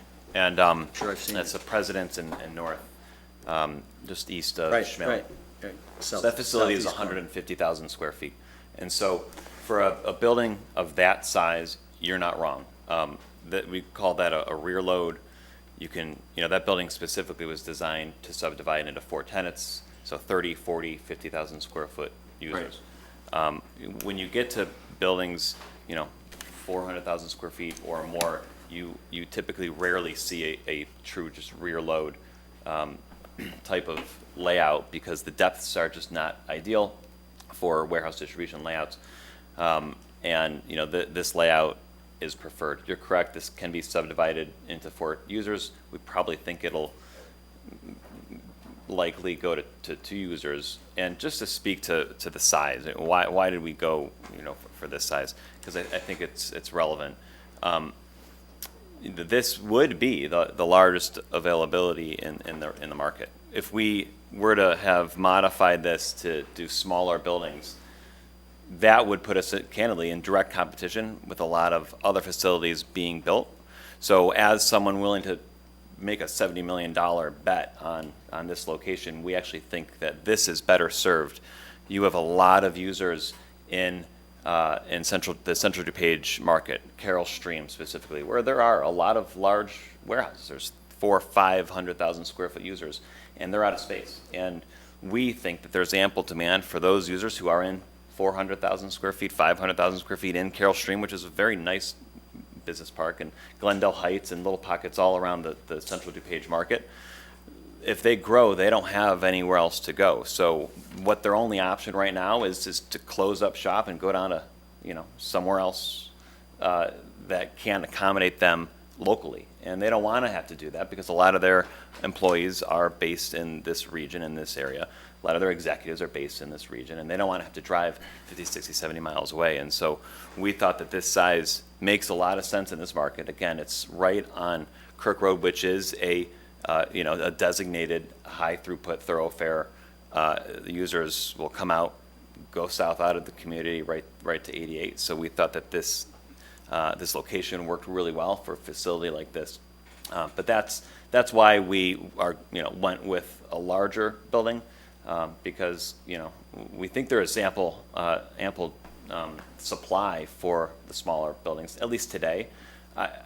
All of that said, as I had this up before, we're looking at 2.4% vacancy in the Fox Valley, which is a historic low. So yes, it's slightly up from last year, but there's ample demand, we think, still for this type of product. I'd like to make one comment. We are in a supply and demand business. Some of you may be in supply and demand businesses. If there's a lot of supply of something and no demand, prices go down. If there's no supply and a lot of demand, prices go up, okay? In order to make this work in today's pricing for steel, there's been inflation, interest rates are up. It's hard to make deals work. So we have to build a building where there's very little supply, but we think there's demand. And why do we think there's demand? For those of you who have been living here, and if you go down North Avenue and you go to Carroll Stream, those are vintage industrial parks. I mean, I got into business in the late 70s, and those parks started developing in the 80s and the 90s. Some people call them old. I don't call them old. But they are older parks, and these companies have been expanding and growing and adding on. Very few of them have land next to their buildings to put an addition on, because they've already done it a couple times. Moving is expensive. But a lot of those companies have taken second and third facilities because they want to stay in the area. They can't expand their building anymore, and they're not given an opportunity to move into a building like this because there just isn't that much land around that you can build a building of this size. So we're talking to companies all the time that are in 2 or 3 or 4 facilities trying to operate very inefficiently. They have to have managers at each building. They have duplicity of employees. They have transportation costs. So they're looking to consolidate. So whether they have buildings in Elk Grove, Bensonville, Carroll Stream, all these areas along North Avenue and O'Hare, they need to consolidate. And the only place in the market that there's these buildings are in Joliet or along I-80 where there was a lot of land, or they can move to southeast Wisconsin where last year we built a 1 million square foot building on spec a few years ago and leased it to Amazon. I mean, so realistically, you know, there's places people can go, but realistically today they're looking to try to consolidate because costs are up and they're trying to save money. So that's why we did this. We tried to do it in the most efficient way possible. We took into account that most of our traffic's going to go south. We're building a huge berm, putting a fence and landscaping there. So that's this. The other thing I want to say is I want to talk about commercial and office buildings. Someone said, why can't we build this an office campus? Why can't we do commercial here or retail? Honestly, we're buying commercial buildings and tearing them down and building industrial because there's no demand. Everybody orders from Amazon or somewhere online. It's unfortunate, but that's what's happened. So retail centers all over Chicago and the country are being torn down, commercials being torn down, especially on large sites like this, and they're seeing it being replaced by high-quality, good industrial buildings that have landscaping. They're not the old buildings of yesteryear. The other thing, office buildings, okay? You can read Cranes this week. I mean, every week you read Cranes, there's another office building developer that's giving their building back to the lender. We're buying suburban office buildings today and tearing them down. The Amico Research Center is a good one. Allstate, in where I live in Glenview, is being torn down and they're building distribution centers. Baxter had a building up there that was an office complex that's being, you know, that's being thought about as being made into an industrial complex because the office space of the future is not what it was in the past. So what you have today is not what you're going to have in the future. What you want to do is protect yourself, I think, here, because one day there will be an industrial building here, okay? It's not going to be a retail center. It's not going to be an office complex, and it's not going to be a hotel. That's fact. Now, you can deal with that today, or you can deal with it in 5 or 10 years. You won't be dealing with me, hopefully, in 10 years. You may be dealing with Ryan or someone, but I won't be here. But the reality is that will happen. Now, whether or not it's a 750,000 square foot building, or it's 300s or a 400, you know, those smaller buildings could actually have more traffic and more employees than the bigger buildings, because they could be assembly operations. They could be, you know, you could see more traffic than you would with possibly this building, okay? So the decision you're making isn't a decision that, oh, we're going to find something else to do here that's better. You're making a decision that at some point in the next 3, 4, or 5 years, we'll be back here, or someone else will be back here with Austin saying, hey, here's our plan for this site. We want to do industrial here. And you'll have to make the decision then. What you've lost in those 3 or 4 years is somewhere around $1 million to $2 million in taxes every year. So that's the decision. It's not going to be, you know, commercial. That's not happening. It's not going to be office or hotel. Now, you can leave it vacant and farm it for the next 10 or 20 years and get those taxes at $1,000 a year, you know, and that can happen. And Austin won't sell it. He doesn't need to sell it. He's doing okay, I think. The reality is, though, the community doesn't benefit. Okay. You don't get the employees. So that's what I'm thinking. So Thank we you. appreciate the opportunity. We really would like to develop here. We really would like to do a quality project. We realize you turn us down. Maybe we come back. But the reality is we do think it's beneficial to think about the facts. Thank you. Thank you for your statement. Is Can I there follow? other questions on the site plan, which is the item we're on? Yes. I do. Please. That being said, is there any way to take this building and reduce or eliminate dock doors on Kirk and have the passenger cars park along Kirk? I realize it's geometry, but speak to that, please. I can speak to it specifically, okay?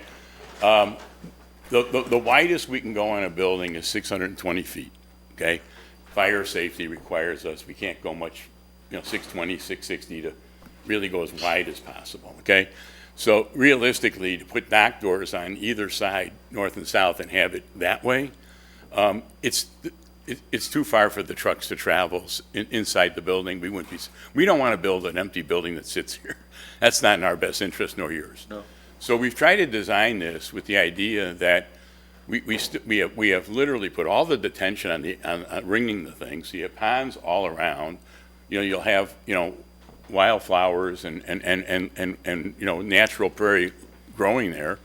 So our design landscape plan is very, very robust, more than we have in the average building that we build. The question really is, we can build what everybody else is building, a 200 or 300,000 building, divide it in half, put the docks another way.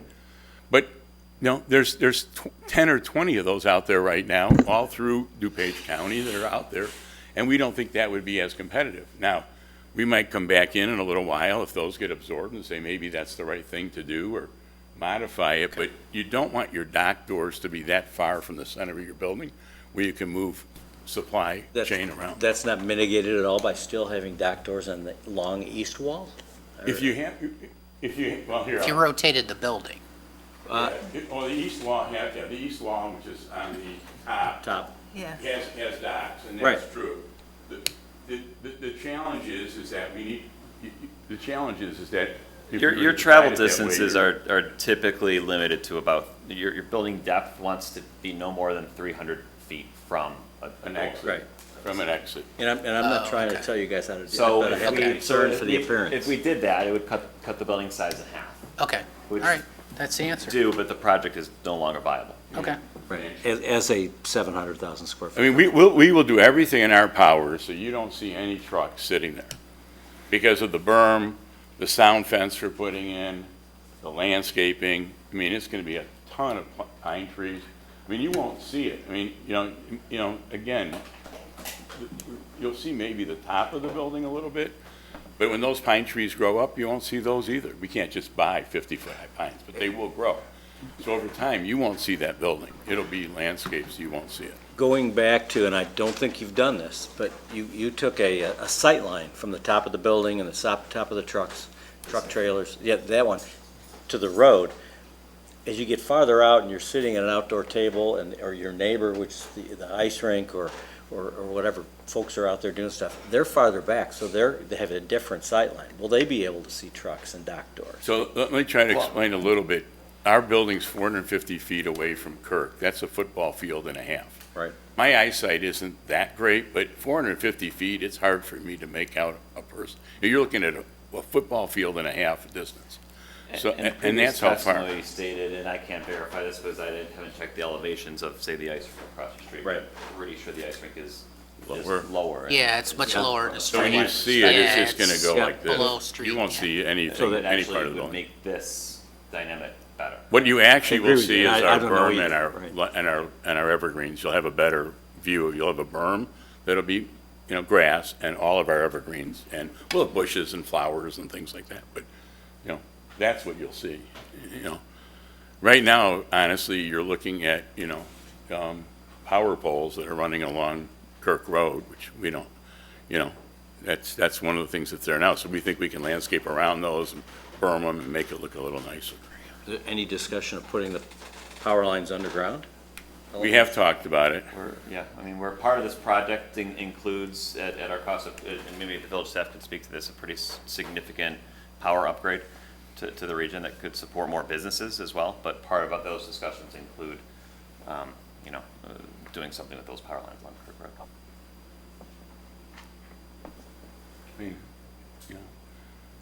Again, we think we're the developers that can do the best job of anyone that might come in. You can look at our other projects. I know you turned us down, not changing the zoning tonight. We'd like you to reconsider it in the future, and we'd like to come back here with some other, maybe give you a little bit better something in color that might give you something a little different perspective. But that's the thoughts that we have. Any other questions? John, do you have anything further with the applicant? Not right now. Anybody else in the commission have any Thank you. questions on the site plan and design? I think it's all right. Just asking if there's anybody. John's still talking, sorry. Yeah. I just Yes, have Rebecca. a question. So we didn't do like a little summary after the vote of what had happened. So I just wanted to, it will still Well, go. let's finish this Oh, site okay, plan. Let's sorry. let's stay on topic, and let's try to get the site plan review done, and we can talk about other things. So, nothing, John? Usually you have a couple comments, but. Ma'am? No? Okay. All right. Anybody? Mr. Chairman, I'd like to make a motion.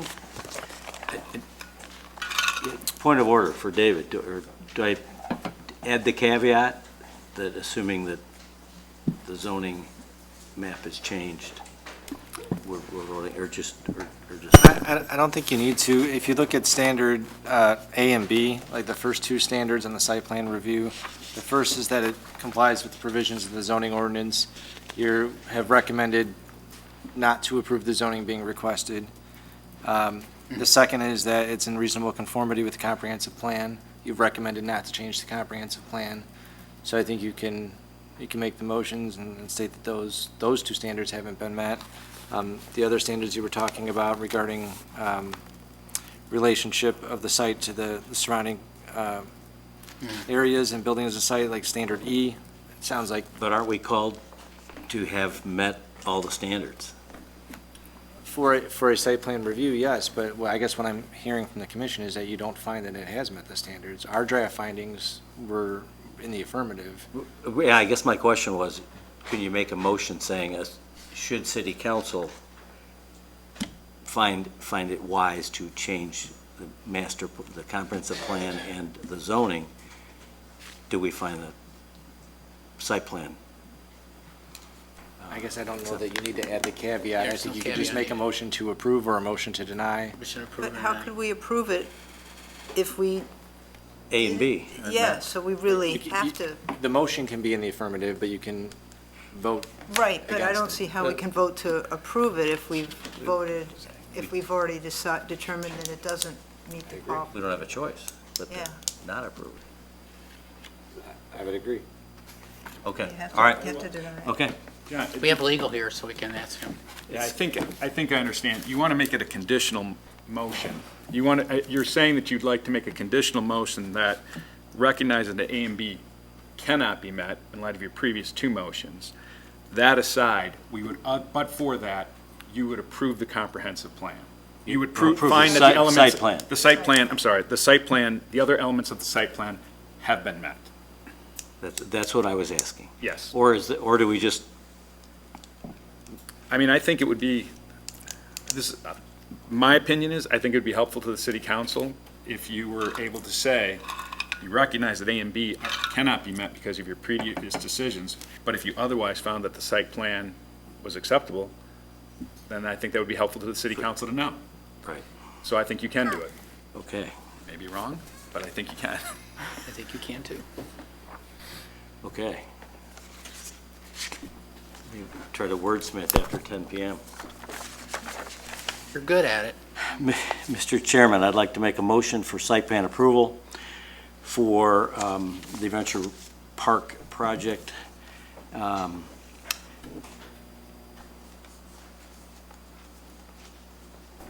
With the caveat that we recognize that conditions A and B of the, have not been met. So the findings of fact. But, Yep. but we'll vote on it as if they may be met by city council. I don't know if that was not, Is that an that was offici- not, is that was not crisp. Maybe I could try to help. You turned your mic I don't off, know. Scott. I Oh, don't turned think it off. Thanks, I don't Scott. think Or Tim. they're quite made it. I think what you're, it's 10 o'clock, so let me think if I can do it. How about should the city council find or Well, council is a different deci- deal. We are bound by our regulations, we are bound to do findings of fact. Council can do whatever they want. Well, I understand They're a that. public body. They I'm can- trying to, Here's what I would say. You can make a motion, something to the effect of, I move that the site plan approval should be denied because 1A and B, E1A and B have not been met, or that, but the other standards have been met, something to that effect. So you're acknowledging, you're saying which standards have been met and which ones, or you can just go through each one of them and find the standard's been met or it hasn't been met. And that begs the question of the commission, do we collectively think the other conditions have been met, or do we need more discussion? I guess we'll find out when we vote, but, okay. And John, actually, if I could make a suggestion, this might simplify it, move that the site plan be denied, approval be denied, because, elements 2, let me get this here.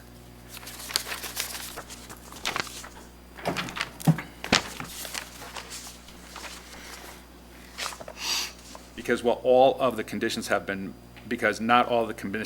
met, in particular, items 1A and B. So, and that way We normally make motions in the affirmative, though. it should be in the affirmative. Yes. Like I said, I'm not, Um, I'll try to come up with it.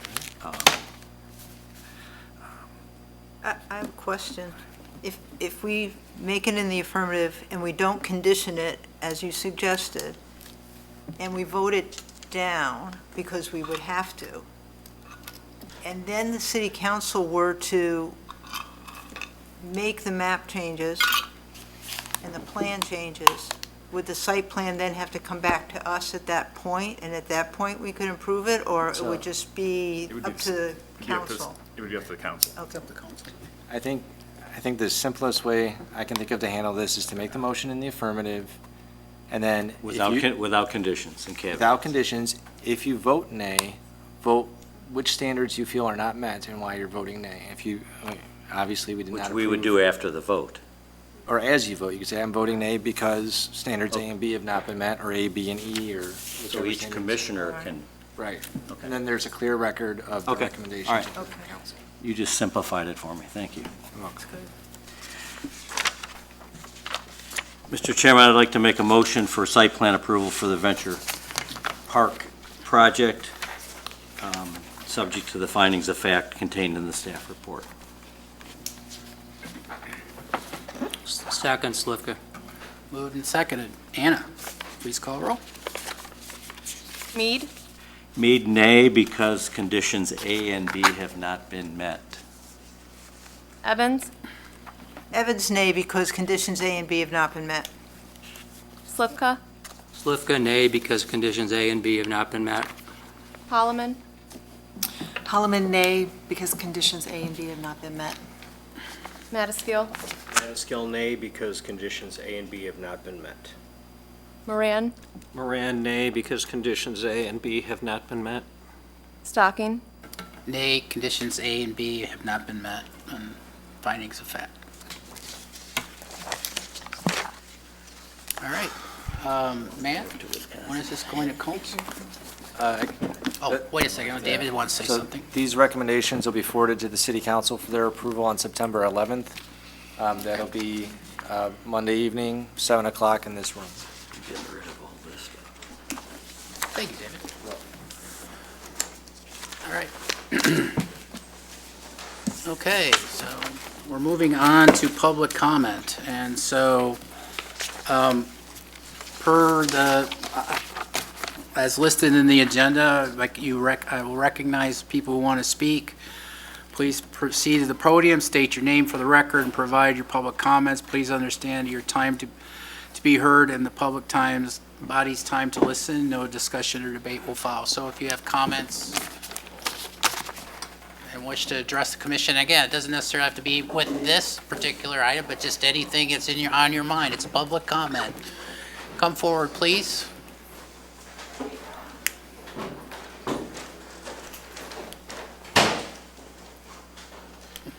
Thank you. Angelo Gelfuso again. If I can, the thing that I would want to ask, I suppose, is they keep throwing around the number of 450 feet to the building. Because the building is not at the same skew and running parallel to Kirk Road, I'd be interested to know if that is at the farthest point, which is what it looks like it is, or if it's at the closest points. aside from that, the parking lot where the trucks is 270 feet away. For those of you who are golfers, good or bad, that's a very mediocre pitching wedge, not all that far. But then to tack on to that, if I can, site plan, it's lovely that they supply these with you for us all. But I don't know about you guys, but over the pandemic, my wife and I have played a game called Let's Go to Zillow instead of Netflix. And this is as good as it's ever going to look. The trees are going to be very small. The wall is going to be very visible for the first 5 to 25 years. My family moved into Mill Creek. It's going on 18 years now, I believe. The trees were this big, which is how big I would presume they would be when planted there. And almost 2 decades later, they are this big and not that much bigger, providing any coverage against the building. I'm glad to see more trees. We need them as much as possible. But again, if you ever look at real estate photos, the best they ever look is in the pictures. And when you get to the open house, not so much. Beyond that, I think they say that's the largest in the market.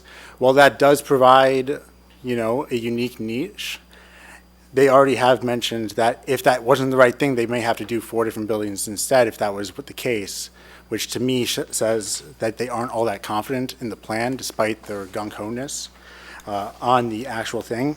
And they're talking about how costs are up and they're trying to save money when they're referring to the potential tenants to these buildings.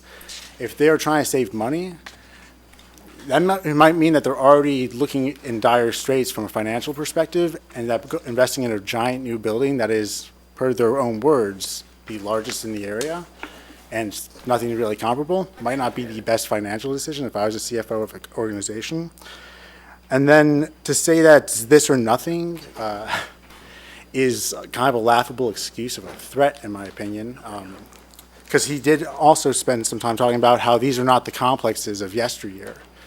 Well, if we can delay 10, 20, 30 years, who knows what other wonderful options may be available if this is the only viable thing, assuming that there isn't inherent value to the empty space, and assuming that there's not inherent value to the other opportunities that we have left with the limited resources we have in the Geneva lines that the county has allowed us.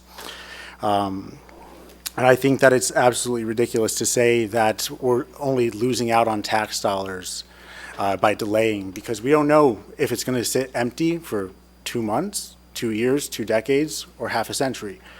We don't know if they can ever sell it or if it'll just degrade for a long time and become a burden to the taxpayer, become a burden to the residents of Geneva.